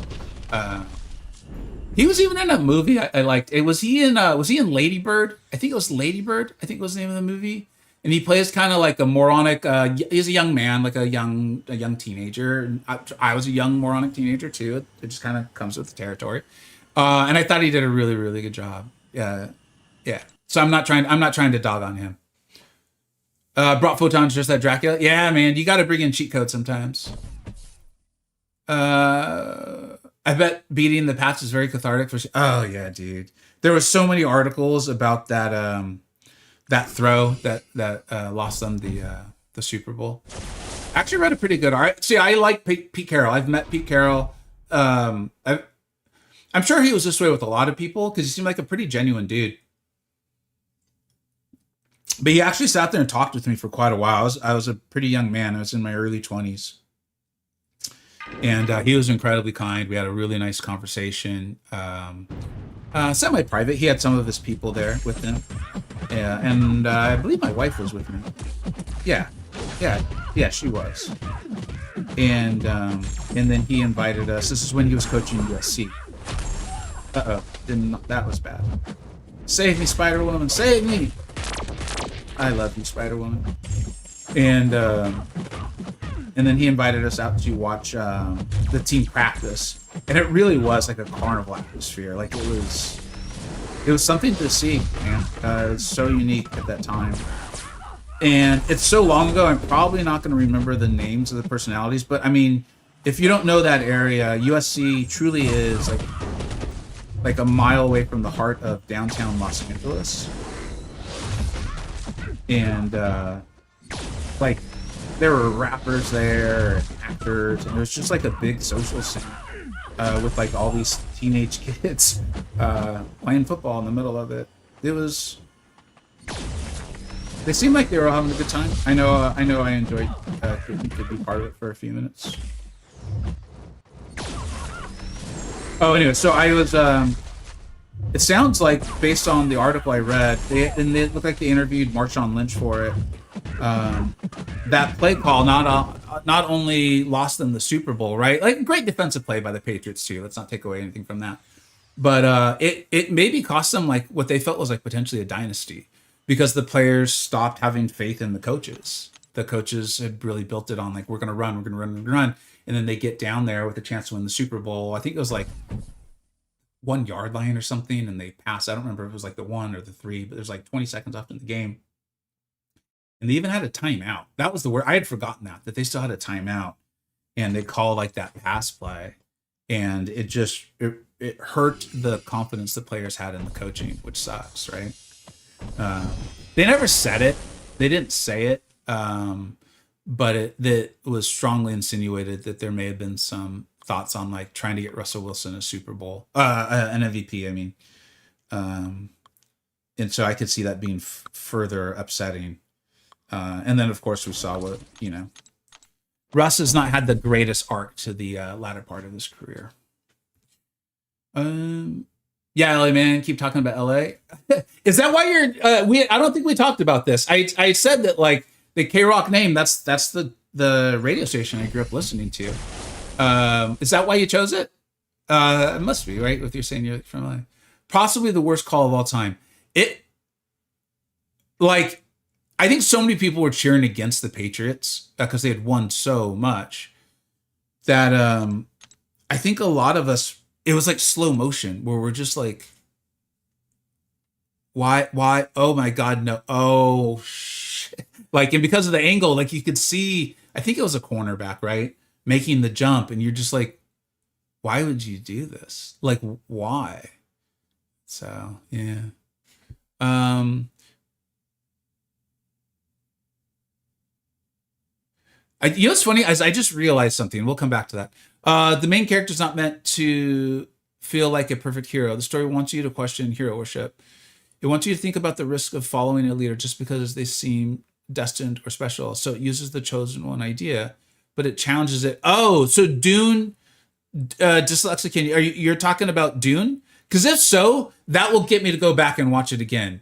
Because like there was a lot of actors who I don't necessarily like an actor, but there was a lot of actors in there that I feel like do quality movies. I can't think of his name right now, but the guy from Moon Knight, I think, was in there. And the young woman whose name escapes me too, who I mean, I like her in Spider Woman. I know she's a bunch of other stuff too. So if that's the case, I would go back and watch it in a heartbeat. So I think you like it because it's a different angle too. Okay, cool. Barrow, yeah, I'm not sure why they would want to pick up several channels. Let the viewers decide. Yep, I'm with you, Barrow. There was a comedian that has an entire bit about Harry Potter being in Star Wars. Interesting. I'm going to look that up on YouTube because I bet that's hilarious. HP worse Star Wars.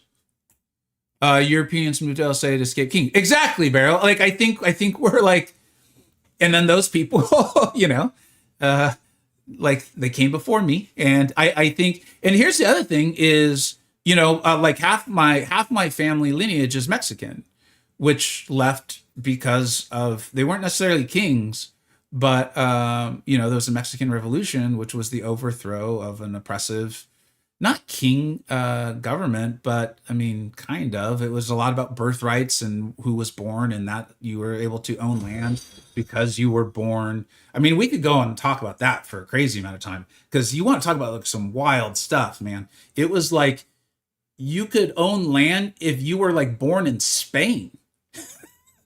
Like even the Mexicans who were, this is a long time ago, obviously, right?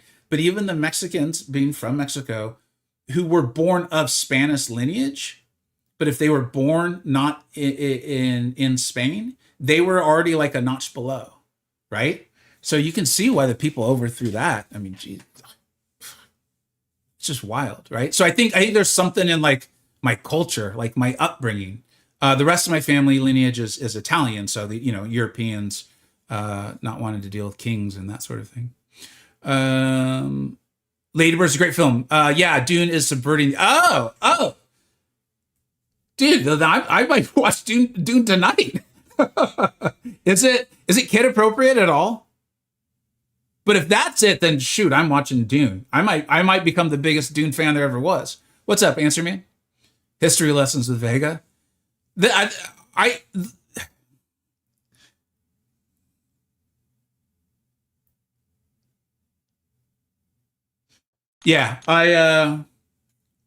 so that's the thing too, is you all are smart. You all know things, right? And so I feel like I know a decent amount of stuff too, but there's a lot of stuff I don't know. And I have obviously not lived your life. And so your life will have informed a lot of your experiences and thoughts as well. And so I want to kind of do that second channel because I think I could be helpful to people. Like, I feel like I'm old enough to have learned some things from my mistakes and my successes. But I'm also young enough still to remember that I don't know everything and that I made a lot of mistakes and that I could learn a lot from other people. So I feel like I would learn a lot from having a second channel. Full forthrightness is like I already have a full-time job. I don't want to give up this current MCoC focus channel because I really do actually enjoy the game quite a bit when I just stay out of the nonsense of it all. And I don't know how well I would be able to do 2 channels. And I do have a full-time job. That is my I don't know. I don't know. I don't know. My wife and I continue to talk about if there's ways that can kind of combine the two channels a little bit. Dune looks like a chosen story on the surface. Is actually a critique of the idea. Most stories say a special hero will save everyone. Dune asks what happens when people face too much faith in one person. Oh my god, you're starting to make me love Dune. Like, I I probably should have read more about it because the whole first one, I'm like, I've seen this movie. I don't like this movie. I don't want to watch this movie. Um, yeah. Thanks, guys. It can be violent, but it's not a graphic film. My 11 and I watched it together. Okay. Yeah, that sounds in our wheelhouse. It could be kid friendly, but I don't know if they follow. That's the stuff with like kid friendly, right? Whenever they're like, oh no, your kids can watch it. Thank you so much for the follows, guys. Is, kids see things differently, right? Like, for a variety of reasons. Much like me, only seeing like the surface level, having only watched Dune 1. I think kids, especially when they're really young, they just see like the surface of it, right? So there's like kid friendly, kid okay, and then also like good for kids. And I think those are probably different things. I've never really thought through the topic names before, so if I change the names of those later, don't come at me too hard. Thanks, Hogendorf. I really appreciate that. And I will watch them. I would love another story where someone creates a cool ass world. Like, I love that stuff. Yeah. Hildorf, you can send, if you can. I don't know if you can, but I would appreciate if you can send the links. Oscar Isaac, thank you guys. It's a game to me, but I shortened it because of the radio station. Very cool. Very cool. This is back to the K-Rock side. Last night I had to feel like a curse was removed for the Seahawks fans. Dude, even I was feeling it a little bit, Curd, in look, just to be clear, I always hate when sports commentators are like, and this has gotten so much worse in the last 30 years. We're like, so and so is trash, blah blah blah. If I was, it's like, if you were, you are literally like maybe the towel boy, maybe. Like, so the last thing I'm gonna do is say that Drake May is bad or like, I'm never gonna say he's trash based on what I saw. I don't know. He might be a trash human. I have no idea. But the guy is so much better at football than I ever was, will be, or anything like that. Okay, period. That being said, it really looked like in the second half, the Patriots were so overwhelmed by the Seahawks defense that like it truly looked like arm punts. As if anyone's ever heard that term, where it's like the quarterback's just throwing the ball up in the air. It's essentially a punt. And like it actually worked. I think it was like Matt Collins came down with 2 passes, right? And they scored a touchdown.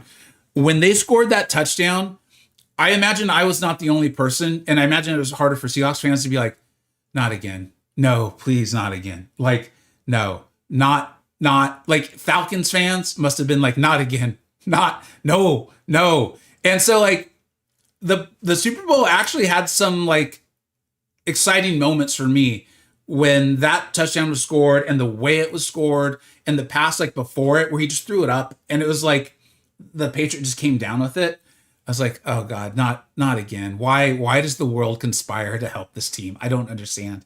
So when the Seahawks didn't like had, was it technically an interception or was it a fumble? I don't remember. That felt good. That felt good. Does anyone know when Lance Coliseum is coming out? Like the rewards? No, dude, I don't know why we don't have them yet. It's kind of irritating. I hope you're not looking forward to Rage World soon to be bugged. Dude, you know what, Spiderpool? Hey, what's up, Spiderpool, by the way? I actually did them early, and I will say, I was streaming, so maybe I was making a mistake. I chose a different boost for Red Guardian than I normally do, because I had watched Kaitu's video. I was like, oh, this is cool. I want to try it out. On my runs, one of them, dude, went like crazy fast. Like, I was like, oh, wow, it's over. Okay. On all of the other ones, one of them, I realized I had made the mistake because I did not like fulfill the requirements. So I had not like removed like the protection S portion of the node. But on the other ones, I was like, I don't know what I did in one run that made it good, and in the other ones made it bad. I have no idea. So if they're bugged, I would not be surprised. But yeah. Okay, Mystic regeneration.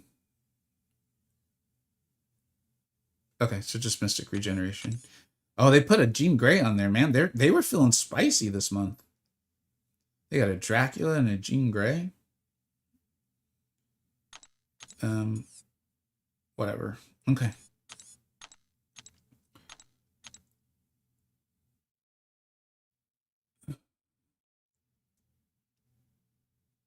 This is a series of videos from a fantasy novelist that used to work on Dune collectible card game and tabletop role. I watch pretty much all those videos, but I love the videos. Thanks for sharing this, Ogadorf. I appreciate it, dude. Use OG Gilly? Okay. Oh, OG Gilly. You may have given me an idea here. Let's see if it works. First, I got to bring in my OP champion, though. Okay.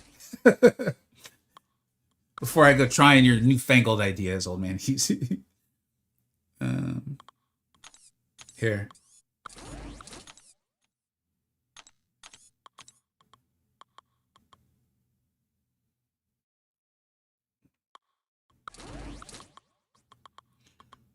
Is there no 7-star Uchi Gilly? Or am I blind right now?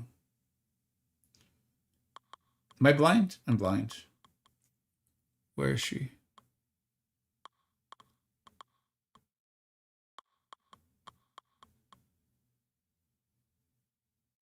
Spiral and Paviter. It might be time for me to start learning how to play Spiral. Maybe that's the play here. With her being ascendable, remember, guys, I'm cautioning everyone as much as I possibly can. Do not go overboard right now on making rank up decisions based on ascension. Just don't, please. I don't know how else to say it.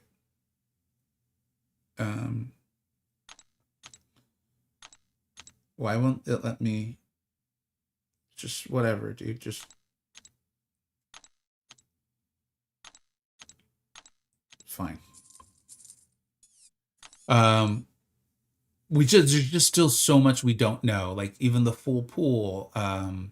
Like how many ascension pools will there be over the course of a year? Like, and to be clear, I'm not crapping on Kabam. I think they've done a pretty good job actually getting the information out and stuff like that. I just think that right now, if you rank up a champion because they're ascendable and that's the only reason, and you take them to like what's a high rank for you, I just think there's a good chance it could lead to disappointment. So have it be like something you consider, but don't have it be a driving force. I think that will could potentially really lead to disappointment. Spiral is a champion that I will consider ranking up a bit more, though, because I do think she's good. I do think she's powerful. She's just been like kind of outshined by some of the more broken champions in the class. So we'll see. Like, we don't even know the full pool of Mystic. That's what's really interesting. And maybe I will do a video on this. Is like, we don't even know the full pool of Mystic. And right now, Mystic looks like, if not the best class, arguably the best class of the Ascension champions. Spiral's made. Looking forward to ascending her. Yeah, I could see it. I think she's well in that series of like, these champs are good anyway. So if you're looking for a tiebreaker or an excuse to rank them higher, I think they fit. Spider-Punk is similar for me. Black Panther Civil War. I think Patriot. I don't think Patriot in right now's game is as valuable as those other champions I mentioned, but he's very, very, very good. And by virtue of them like adding High Evolutionary, who he's phenomenal for, Patriot also feels like he feels really well made in general, but also for like what Kabam was kind of doing with the relationship of those classes. I think he's another one. Like my alliance and my Discord servers have been talking about Patriot a lot. And I think that he's a smart one to consider. As a new Spiral player, I'm not going to try her against Jean Grey. She's not reverse control immune, is she? I can't imagine she would be. Although she's got like some interesting immunities. It's like Falter, right?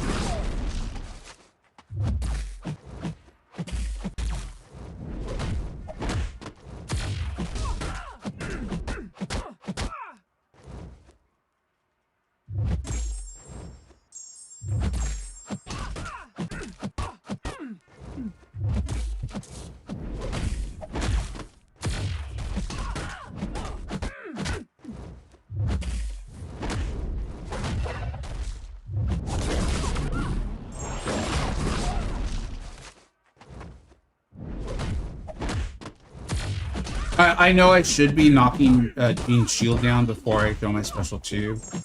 And maybe that would be a smarter way to do it. I just did not want to deal with her reverse controls. I can usually handle them well if I don't have anything else going on. It's when the mental load of the fight gets bigger that it becomes a problem for me.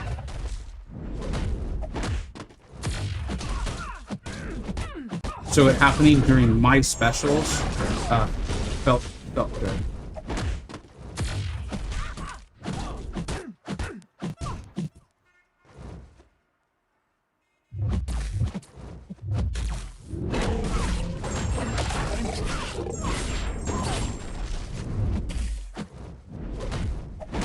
Oh. Wolf saved me. I like fighting her. She's I know a lot of people disagree. I think she's like about as tough as a defender should get in our game. I love her because I feel like she's like a skill ass. So I really like her. Hold on, I do need to message my family really quick.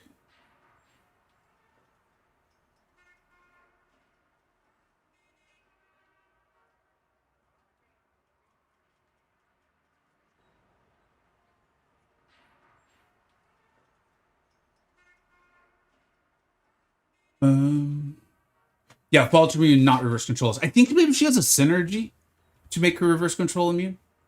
I think she's got some. Using OG Guillotine on this quest was so fun. All right, maybe I'll have to look at it. Dazzler synergy. She's got some cool synergies. Like we've talked about a little bit that I for a couple months now we've been talking about, you know, it looks clear like they're doing some rank build up champions, right? Remember when like BGs first went live, there's a lot of BG champion stuff. So I think it's smart. I think it's good. I think let's just make sure they get Coliseum correct.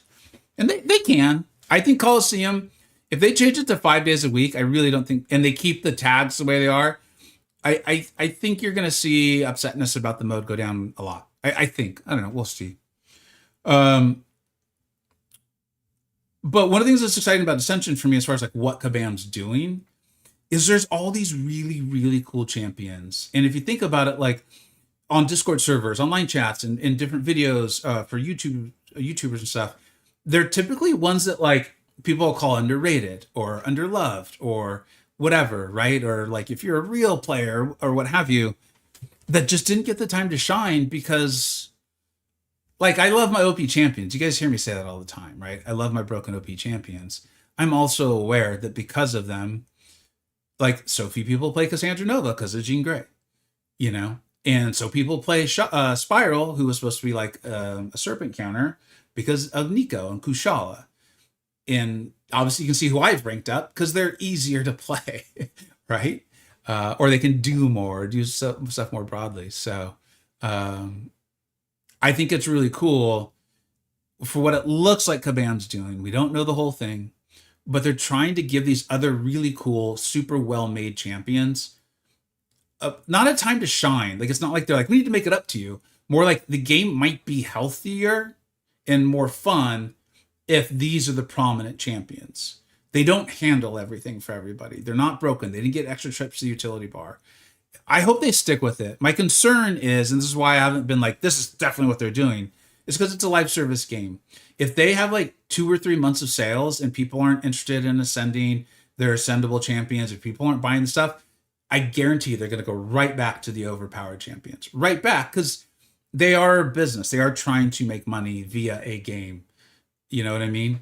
So we'll have to see. I hope people enjoy their Spirals and their Black Panther Civil Wars and their Patriots, because I think if they are and they're spending money on the sales and all that, then I think Kabam will keep doing it. If they don't, they're going to go right back to the OPs. I want less podiums, and I want podiums with tags that don't change with the day too. They can save them for the gotcha boxes. I think, what if, so my thought, and I said this on day one of Coliseums, I put out a video at that time too, was 5 days. I think just make it 5 days. I think the extra tags would be extremely helpful. There's no way they will. There's no way they will. But if Kabam also changed the labels on the hard, medium, easy, I think that would help a lot of people. People don't want to go to medium, right? They don't. Um, they feel like it's beneath them, or they're taking it easy, or whatever. It's like opening up a video game and putting it on easy mode, you know?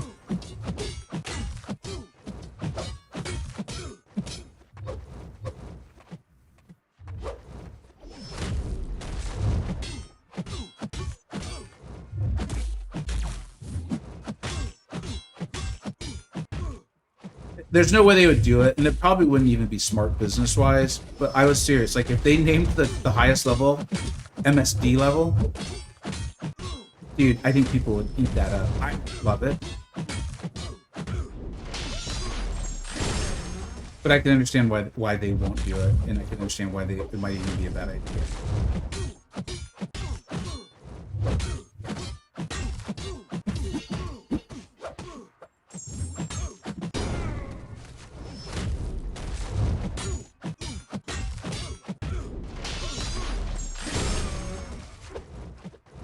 Is out of curiosity, is OG Gilly faster than this? And if so, what is it about her abilities? Because I'm not putting it together for some reason. I got Shiny Strange. Is that good? That's very good. Yeah, he's excellent. So, Juan Carlos, she's even faster. Okay, why? I've accepted. People want to see me spend.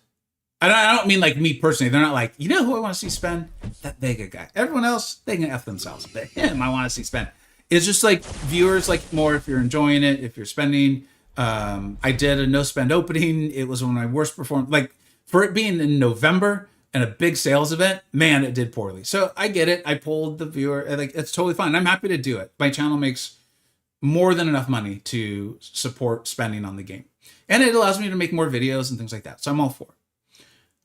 I've started doing openings for every new champion. One, because I think it's interesting. I do think it's fun to open up a few crystals. I would never advise people to do that, though. And it also allows me to test the champions. As someone who's left the CCP, like, that's really the only way for me to try to test them a little bit. Is to get them, right? So I get the 6-star and I can test them. I don't know if this was a good choice, but we live and learn. All of that being said, and my theories on what Kabam is doing with the game, I think Strange is a phenomenal champion to have, and should be for a while. Like, I feel confident about that. And I saw that his crystals came back up, and I was like, well, I could just open for him and put a video out for the channel, entertain, and it, could be good. I ultimately decided not to. But I will say I saw the crystals were still up, and I was considering doing that again today.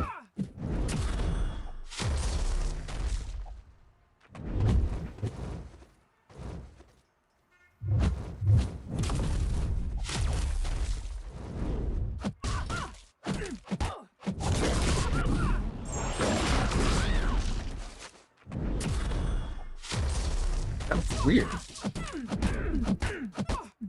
What the heck was that? It felt like I'm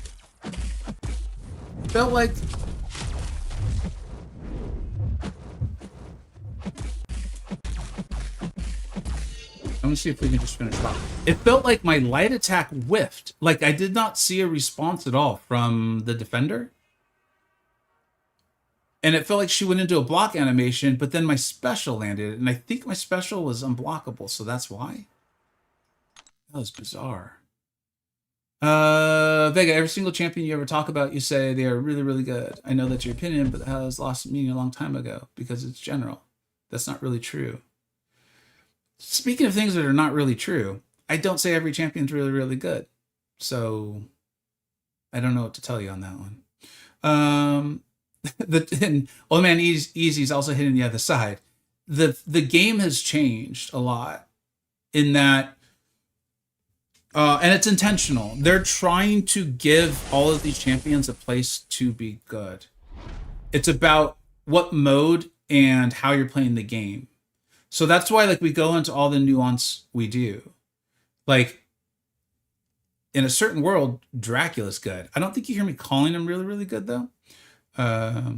So yeah, I mean, I appreciate your feedback. What I would say is my channel might be, and I don't mean this in an insulting way, Yerk, I appreciate you showing up. You've probably already left.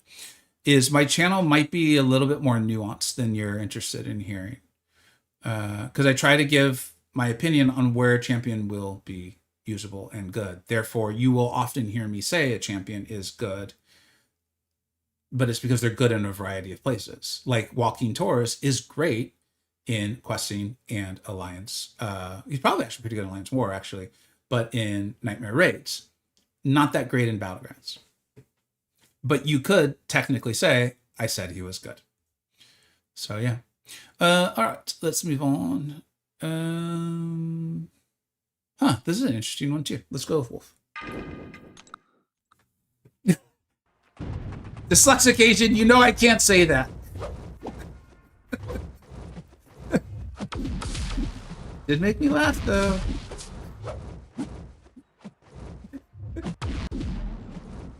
What was I saying? Something that what caused you to say that? I'm curious. I'm curious if you were just like, you know what, I feel like writing this. Or if I said something that made you be like, yeah, you know what? I agree. And here's how I'm going to express it. I really want to know. I hope you're still there and you feel like typing that out.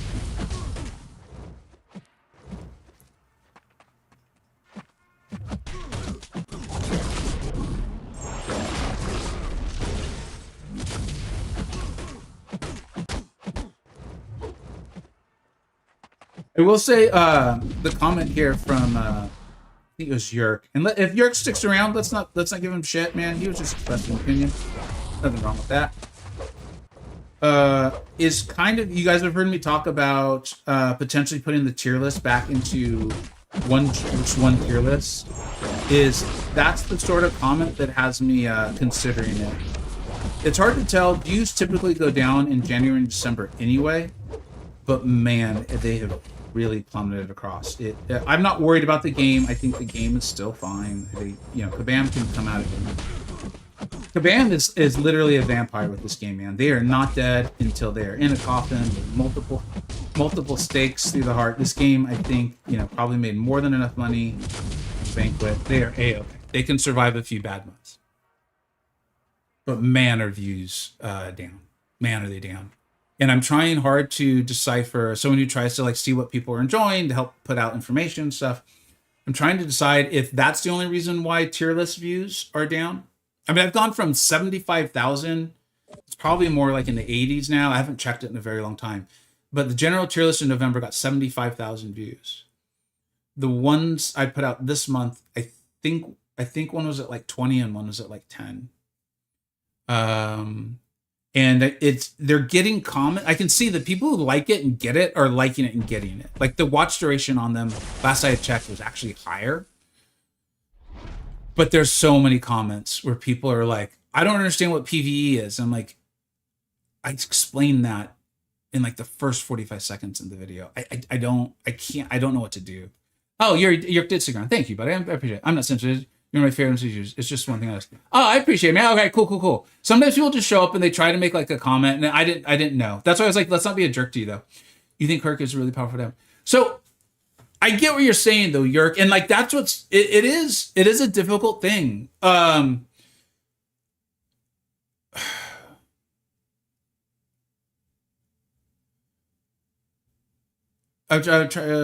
YouTube's a weird place, man. The internet's a weird place.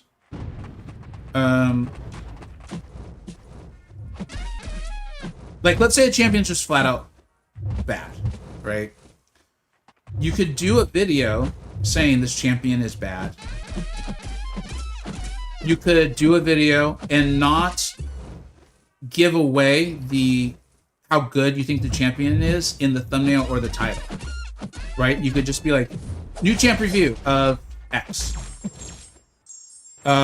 You could hype up every champion by like, new champion X is amazing, and then in small print, but if you like champions, you do very, very tiny damage, have no utility.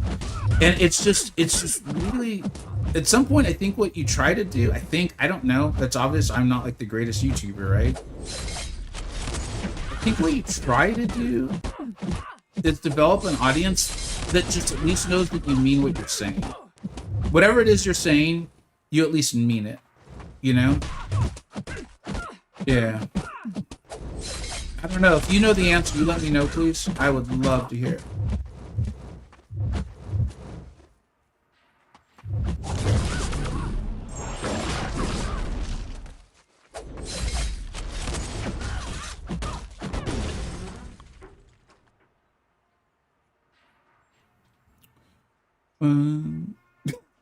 Okay. Twitch, I can't read what y'all are writing. It's making me laugh. It is making me laugh really hard. But I cannot say those things, man.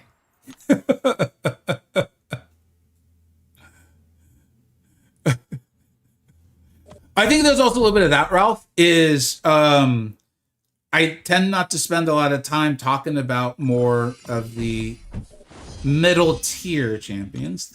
The word mid really infuriates a lot of folks. And I also think people call champs mid, and I'm like, I could not disagree more. Like, the champion's amazing. They just aren't, like, this is literally what we're saying, right? It's kind of tough to convince people to play Spiral when Nico exists, when Kushala exists. And so all of a sudden we start calling Spiral mid, right? From a certain point of view, she is. But I don't think she is. But I'd be lying if I tried to tell you I thought she was as good as Nico and Kushala, you know?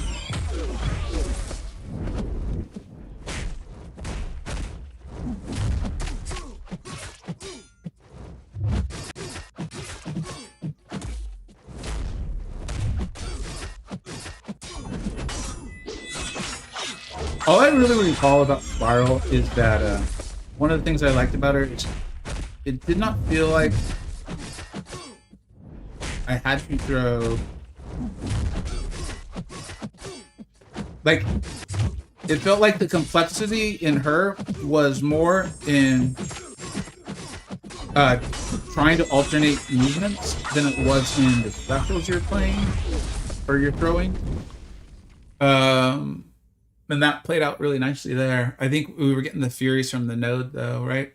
So I like her. I think she's really cool. I think the designer put out something really fun. It's just a hard ass to get people to play her instead of the other champions.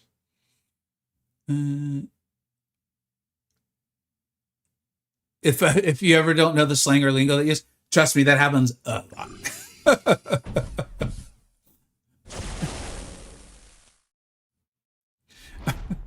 Thanks. I just know there's some stuff I can't say. That's all. Y'all are we allowed to use swear words? I think so. Try typing in the chat. I think I tend to start off with settings a little more strict. What's up, Drad? How you doing, man? Drad, look, because of you, I just got hit. I hope you're happy, man.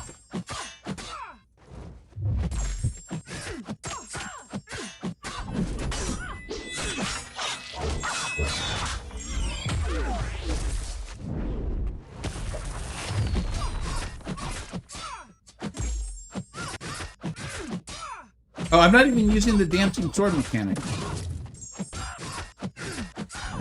Yeah, dude, I think Spiral's got to go up.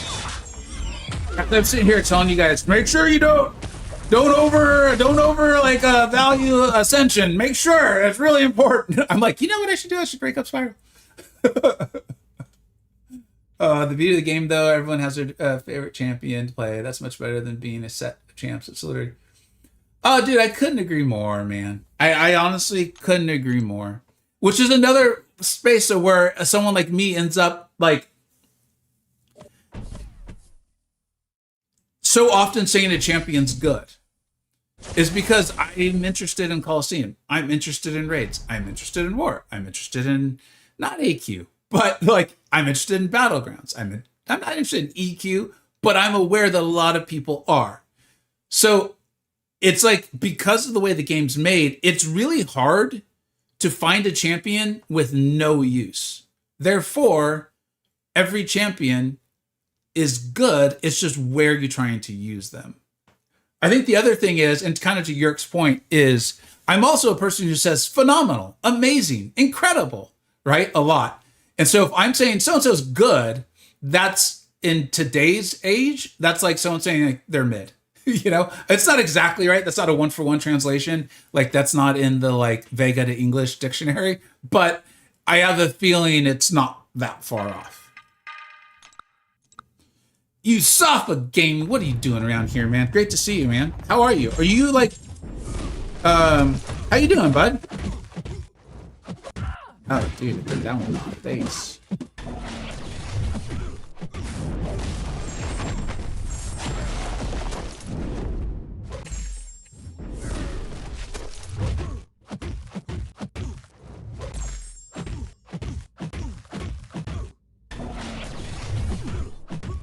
Yusafa, I just remembered where you're from, man. For you, I actually am sorry about the Super Bowl result. You're one of the few Bostonians or Patriots fans I do feel a little badly for, now that I think about it. Traveling a bunch lately, Texas, Florida, Colorado, been busy. All right, man, I hope it's going well. I hope it's going really well. Appreciate you stopping by. Also, Vega, please find a use for Drax then. Well, man, see, every rule's got an exception. Every rule's got an exception, and I believe you just stumbled upon it. Nagase, if you want someone to make Drax look good, I have a channel for you. It's called Nagase. It ain't gonna be me, man. It ain't gonna be me. Hey, what's up, Rook? I've been committed to running Recoil Masteries. I just don't know if I'm allowed to say that word, but I'm not trying to like I'm not trying to shame you or cancel you, by the way. I just want to be clear. Recoil Masteries for the past 5 years. Just swap back to a standard mastery. It's like a whole new game. Yeah, dude. People have been all in on Recoil. The people who run Recoil, I think, are really adamant about it. And I get it. I know it makes... so again, this is where I'm like, I'm interested in the whole game, at least being knowledgeable, like roughly about the whole game. People who do a lot of arena, they love it because it makes it faster for them, right? They get more points, the fights are over quicker. More and more and more and more. I think Kabam made champions that just either don't benefit from it that much, or they become more difficult to use in a variety of the game spaces if you're running it. Yeah, so I hope you're enjoying the non-recoil tree. Fights are longer, but his control is ridiculous. Yep, the game has become more complex. Like there's I just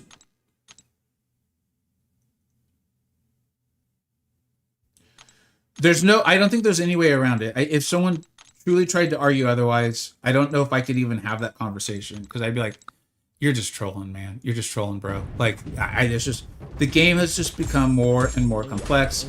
Even me, who's saying like, and I've been saying for a long time, I think they're building more ramp up champions.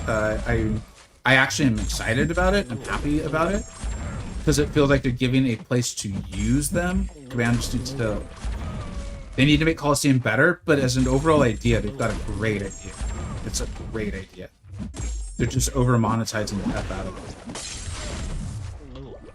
And what was I saying? Oh. And so I think that they're doing like a bit of a soft reset on the game with Ascension, which I know they do typically with Star Variety, so it's not like this is like crazy theory crafting.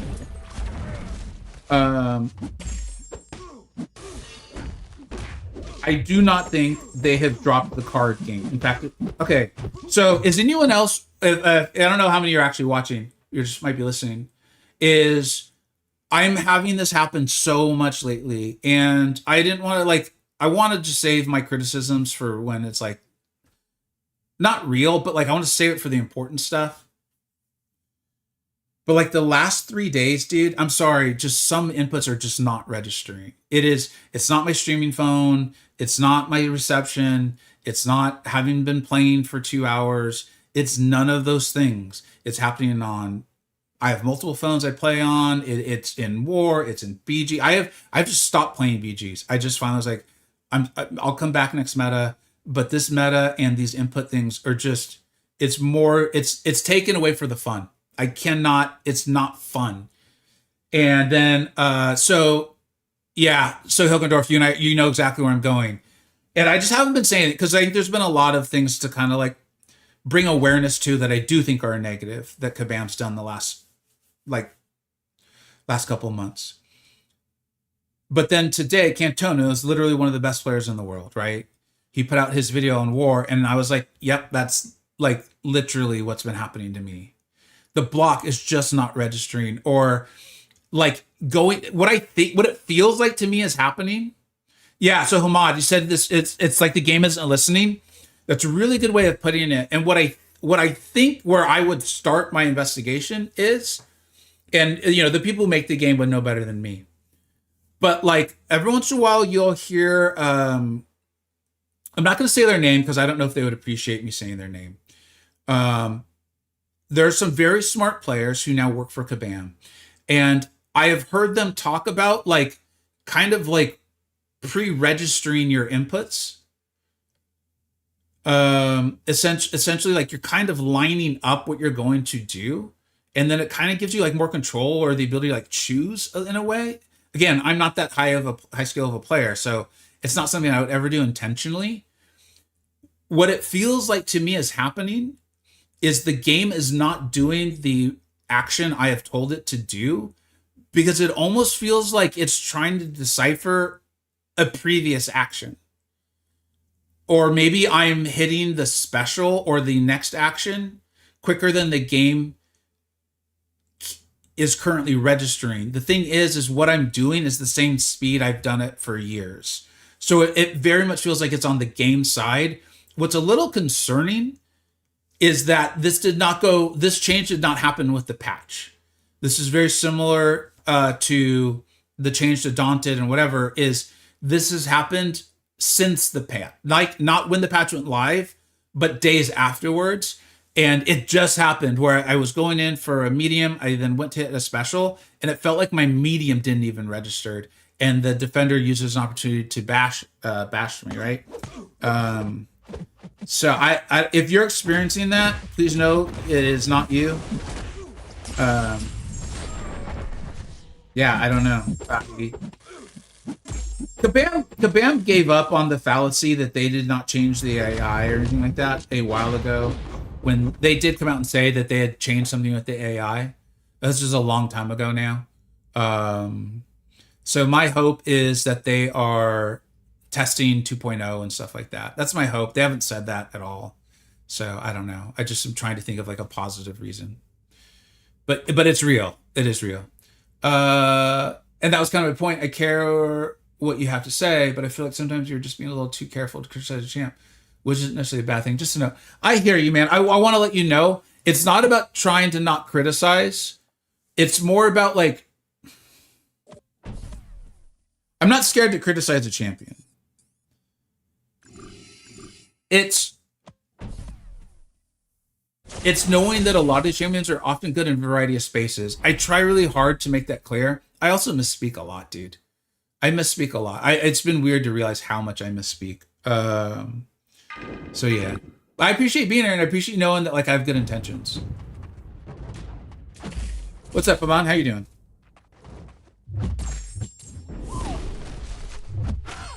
Sorry, I was trying to read chat so that I could see you guys responding. I appreciate it. It's also just not me, dude. It's like when I was talking about Drake May just now. Is she immune to nullify? What was that? What was she immune to right there? She can't be. It's like I just can't. I came up like in the day where like sports talk radio became about like being outrageous. This guy was trash. That person was trash. They suck. And if I was this, then I would. It's like, shut up, dude. You freaking. Like, it's just nonsense. Like, you're just trying to rile people up. And again, when I'm like angry or irritated and I put in a video, I want you guys to know that I truly am. I'm not doing that for the views. I'm not doing that for you to come back tomorrow. Like, even when I was most upset with Kabam and I left the CCTV in my code, I do recall saying this. It was like, you're not going to show up tomorrow and find out how to hate Kabam again. That's not, like, if they do something that upsets me, I'm going to say it. But I'm going to be authentic with it. Sorry, I just got an email from the school district. Who those who are like, what? My kid's school district, the teachers are on strike. And they're just emailing to let us know that they are still on strike. Thanks. Really needed an email to let me know that. I know they're trying to be helpful, but that's not helpful. Um, Damn, I got excited. My kids really like school a lot, both of them. Uh, oh, anyways, and so like I don't. It's just not me. Like just like it wasn't me to say Drake May whatever. Like dude, the guy didn't have a good Super Bowl. He almost won the MVP. Of the league. He made some bad plays, and those deserve to be talked about. I think, right? For people who are commenting on it or whatever. And so, like with the champions, like I don't know, it just wouldn't feel authentic to me to say like they're trash or they're mid. That's why you never hear me use mid. Is like it's just not. It's just not me. I don't know. Yeah, but I like. Hey, I am always saying I don't. I want people. I don't want people to come up with reasons to disagree with me. But man, I respect if someone can come and say like, dude, everything you just said to me, nothing was insulting. You didn't accuse me of anything underhanded. You just came in. You're like, hey, dude, I don't really like when you do this. It kind of starts to make other things lose their value. And so what I can now do though is be as someone who's trying to give out advice all the time. I can now be like, all right, maybe I'm going a little too far on showing where champions can be good. Maybe I can like consider how to improve the message I'm trying to put out. I'm not going to change my message, but I can figure out how to put it better. So thank you. I really appreciate you being here. I appreciate the constructive criticism. Seriously, thank you. Um, yeah, dude, come on. Like I saw school district, it popped up my screen, and it was like important message, and I was like, they're back, and they're like, just wanted to let you know that tomorrow, no. So dyslexic man, like I don't remember if you said where you're from and all that stuff, man. So if you guys don't know, I live in San Francisco. I live in the city of San Francisco. The whole Bay Area is expensive as F, right? And here in the U.S., man, or at least in California, we actually really genuinely do not pay our teachers a very good wage, man, and to expect them to live in the neighborhoods that they teach in. There's a lot of systemic issues and problems with it, with why California has its own like tax rules that have capped property tax, which has its good reason for why it happened. California is absurdly expensive as it is, so it's like, oh cool, you just spent your whole paycheck to buy a house. Guess what? Now you pay a super high tax too. So like, there's all kinds of stuff, right? But at the moment, my sympathies do actually reside with our teachers. My kids also have, by and large, we are very fortunate here. On the list of things I am fortunate for, or make me fortunate, I think you guys can say. My oldest kid did go to private middle school. And my youngest child probably will too. But our elementary school and now high school experiences with the public school system in San Francisco have been incredible. Like my current youngest kid, her teacher, her elementary school teacher, dude, that guy is freaking amazing. Like that guy, man. Oh, he's a young man too. He is like a kick-ass teacher. Like, oh my god, that guy should be making like 300K easy. Like if you could just be like, okay, how good's this teacher? And if it was efficient to individually do it, this dude, man, he is fucking good. And it's a public school, man. He deals with all kinds of stuff. The amount of like extra after hour stuff he puts in to like not create like personalized lessons plans per se. I don't know because I'm not, I only know my kid, but I know what other parents have said. Dude, that guy is. And here's the thing. They go above and beyond, man. The thing is like, here's the wild part about this is so many of those teachers, dude, they went in knowing they weren't going to make a lot of money. So it's like one of these weird things where it's like, or not weird, but it's like counterintuitive. But then once you grasp for it, you're like, oh no, this makes sense. It's like, holy shoot. The ones that should be making like 300K are the ones who did it knowing they weren't going to have. Like, I don't know. I've never had this in-depth conversation with him. My sense is he's probably like, can I just get in the classroom and teach? Like, I just want to get in the classroom and teach. Like, figure this out. Get us good. I deserve to be paid. Let's figure it out. But can we be teaching? Because it feels like he wants to be in that classroom teaching these kids, you know? And at this school where my kids went to elementary school, by and large, they haven't all been as great as him. But there's been a lot who were close or are great in their own way. You know, like there were some kindergarten teachers, there were some third grade teachers, you know, and kindergartners and fourth graders are very, very different stage of development, right? So they haven't been, I don't want to claim they're all the same, but we've been, we've been super fortunate with that. You know, I want to support public schools. I think it's important, right? So being able to send my kids to two of them has felt really, really good, and having it feel like they're actually getting like a really awesome education too, not just books, but like socially too, and like mental health and all that. It's been really good. So yeah, I'm also a guy though whose job is flexible enough where I can sit here and live stream with you all for a couple hours on most weekdays. So I know that's not the case for most parents. So, you know, my situation's a little different. I try to keep that in mind.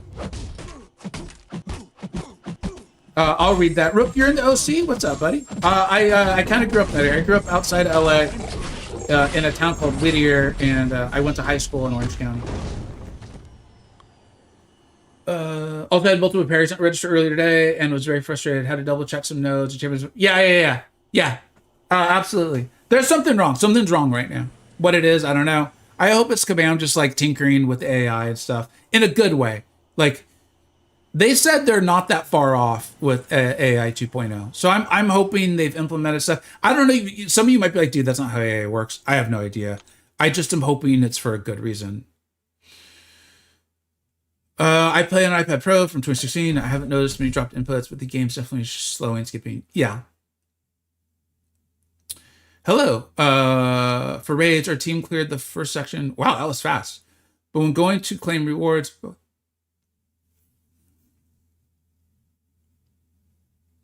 I'm not face palming because of your message. I'm face palming because it's just like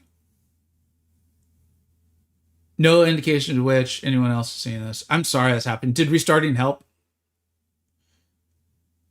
You're gonna be here on Friday? Let's DM, man. For those who don't know, I've known. I didn't realize you're like, wow, he was really fast to just DM a random viewer. I've known Old Man Easy for years. We've actually met in person at one of my meetups, and he's actually already an officer in my alliance. I'm an OC. I'm familiar with the pain. It's the double of unions. Can't dump the bad teachers, but also can't promote. Yeah, like that's the thing. It's like any group, man. Like there are some, like any group, there's bad apples that ruin it for everyone, for the genuine actors. It's the same for most professions once you get to higher. Yeah. Completely agree. I have a couple buddies. No, actually just one now, who's a teacher in the OC, phenomenal teacher. Another guy who like, he's in it. He always should have been a teacher. He tried some like kind of more high paying careers, and he just kept being like, I just want to teach kids, man. I think he's in high school now. Really good teacher, man. Hey, work. I saw you show up, but I had already started the fight. Thanks for being here, dude.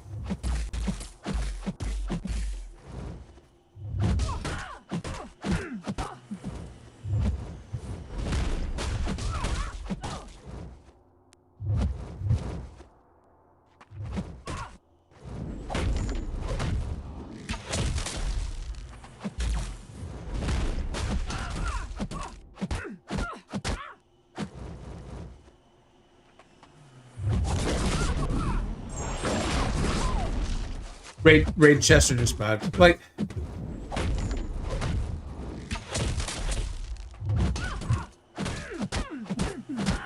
there's like a part of me, dude, that's just like, You know, like the CEO guy. Like if I had known he was going to be at the thing wearing his hat backward, you know, doing his best Steve Buscemi, I would have gone. And I would have gone, and I would have been like, listen, man, everyone here is so in love with your game, or works for you, or is a friend of the people that work for you. They ain't gonna tell you the real truth, man. And I would have told him that based on what I've been told, please just hire like 10 more people to help out with testing, like to help out with all this stuff. Because your game could be so much better than it is, man. It could be so much better than it is.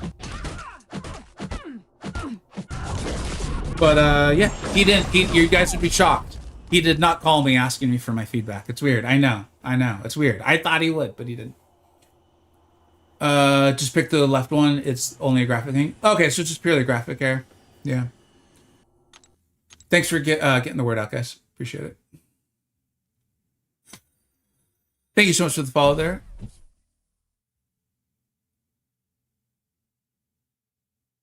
Public school teachers are the reason why I knew what I wanted to be, even though no one before me had been to university in my family. That's awesome, man. That's awesome, man. I hope you enjoyed university. You calling it university makes me think you're European or Canadian, maybe. Although that term, I feel like young people are using it more and more here in the States. And you're like, and the fact that you just called it the States makes me think that you are European. British. Okay, there you go. Yeah. Teachers, man, it's like the most important jobs in the world, man. I think what a lot of people forget is parents are the first and primary teachers, though. You know?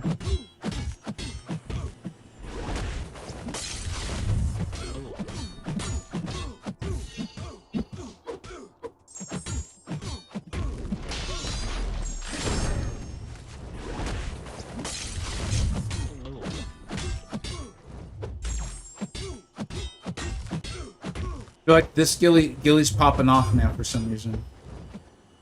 It's probably the RNG in her kit.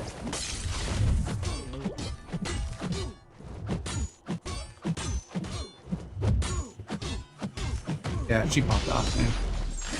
Alright, done with work for the day, and I'm gonna hit the road. Gotta get my son to robotics here in a little bit, and need dinner first. Take care. Hey, thanks for being here, Glendorf. It's funny to hear you saying all that stuff because I'm streaming so much later than normal today. Hope you have a great one, buddy. Thanks for hanging out. Thanks for linking those videos earlier too.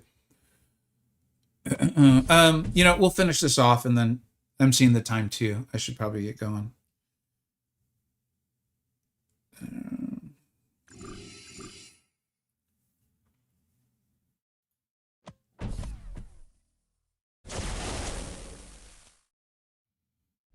All right. Hey, let's try it with Spiral. I actually don't like fighting Kraven. I feel like I'm gonna need to learn to fight him better. I feel like he keeps showing up.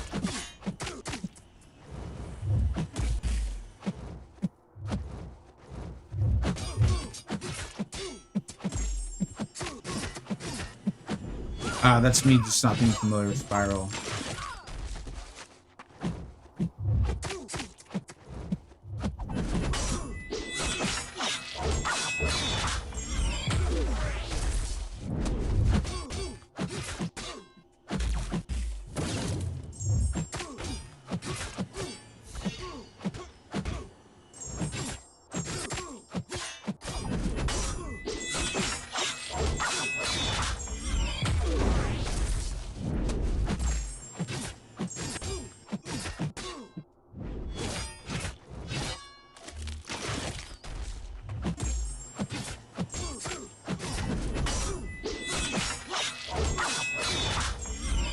Dude, she's so much fun to play. I keep trying to remind myself I'm getting those 5 Furies, but this is only a rank 2.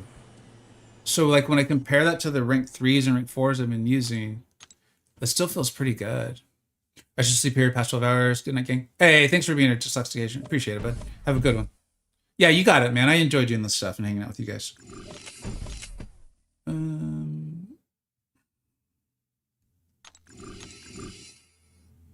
Was this month they changed LG full team no more? Yeah. Yeah, it's not bad, Rook. I definitely am enjoying that I'm able to stream it instead of just doing it. But it's the rewards are good. I don't think it's meant for like the super involved players. Thank you so much for the follow, guys. I really appreciate it as we continue to grow this channel. Thank you. I think honestly, I do this. I think if they get rid of the key, or if they give the key, so we don't need to do the basic. I think they've got a nice little format here. Let people use synergies. Let us use like most people don't want to go and learn how to use their like 18th favorite champion in a class. I know I don't actually really want to do that either. I was hopeful that I would, but I found out it wasn't true. I didn't. So let us use our favorite 3 or 4 or 5. They still have prestige. And like remember collections are coming. All these places for us to still want to collect a lot of champions, all that stuff. I think doing it through the EQ was probably a little bit of a miss. So I hope they just fix up the ability to join it immediately. And this feels pretty good. Like it's not too long. Yeah. Oh, I like the. Hey, what's up, Mr. Monsoon? I like Diablo. I think he falls into that category of champions where he's strong, dude. He's super strong. But okay, what the hell is that? Again, I don't know if they're gonna make him be ascendable. That would be cool if they did. But he falls into this like pool of champions that like we're saying because of Nico, because of Kushala, because of the guy I'm using right now, dude, this guy is so freaking busted. Like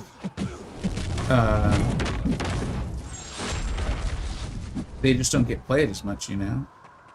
Oh wait, why are you unblockable on this off? Stop doing that, please.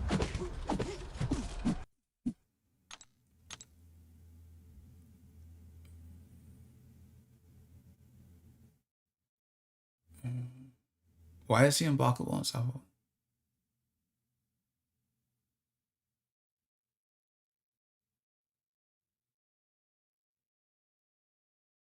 What's up, Snoops? How you doing, man?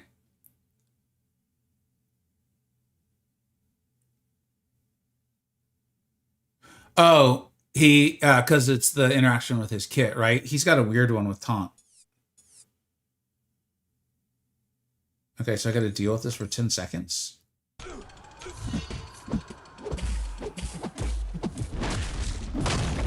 Good thing absorbing man is absurd.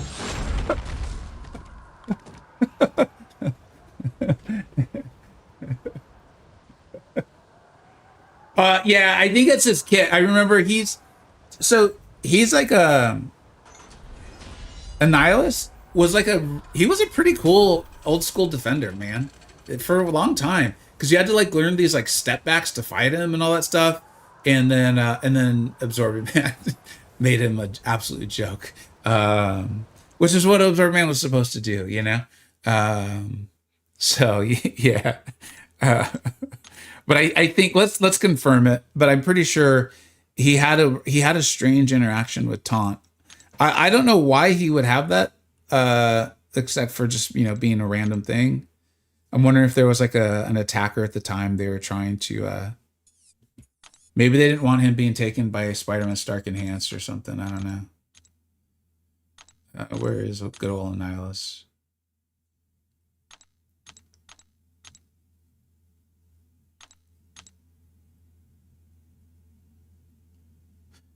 Yeah, there it is. While taunted, gain a true accuracy buff, an unstoppable buff, and an unblockable buff. So yeah, it's just Diablo might be your next R4. So this goes back to the conversation. Is like he's not great in BGs. He can be used. I think they were trying to give him a little bit of love with Dark Phoenix, but then again, Nico kind of came and took that away. He's good, dude. I like him. I think he's a really fun champion. Um, I hope you enjoy him. There's definitely places to use him. He's really unique in the class, that's for sure. Hey, Osman, what's up, dude? I'm sorry, man. We're gonna be signing off. I really appreciate you showing up though and saying hello. We're late. We're a lot later than normal today. Yeah, it is. It is kind of random. Anti-Starkey at the time. Yeah. Oh, that's funny. Stoops. I think I even read that from you, but I hadn't pieced it together why you're saying it. It probably is intended to be anti-Stark. All right, guys. Thanks everyone for being here. Like I said, if you've been here for a bit, you know, the teachers at my kids' school are on strike, unfortunately. But I get it, man. We talked about it. I have a lot of respect. My kids have had phenomenal teachers, so I get it, man. I get it. But it's definitely throwing my schedule for a bit of loop. I do fully intend to stream tomorrow, hopefully more near my normal time. Wednesday, I've got it blocked off for the new side quest going live. Could be fun. Poker mode's coming back, so I'm excited for that. And then on Friday, the Valentine's Day sale. So I should be again at my normal times for Wednesday and Friday. Tuesday and Thursday. No, I'm not sure. I'll do my best, but I really appreciate you guys hanging out. It's awesome. Let's see if anyone else is streaming right now. Lefty is doing. Lefty is playing MCoC right now. And let's rate Lefty. Really, really entertaining streamer, guys. I'm sure you're familiar with Lefty. So if you go, let him know I said hello. I'm gonna get to hanging out with my older kid. Was hanging out with some friends, and she's back now. So I want to check in, see how she's doing, and all that stuff. So please let Lefty know that I said hello, and I appreciate you guys hanging out. Thank you so much, everybody. Daddy. Yeah, take care. Bye bye.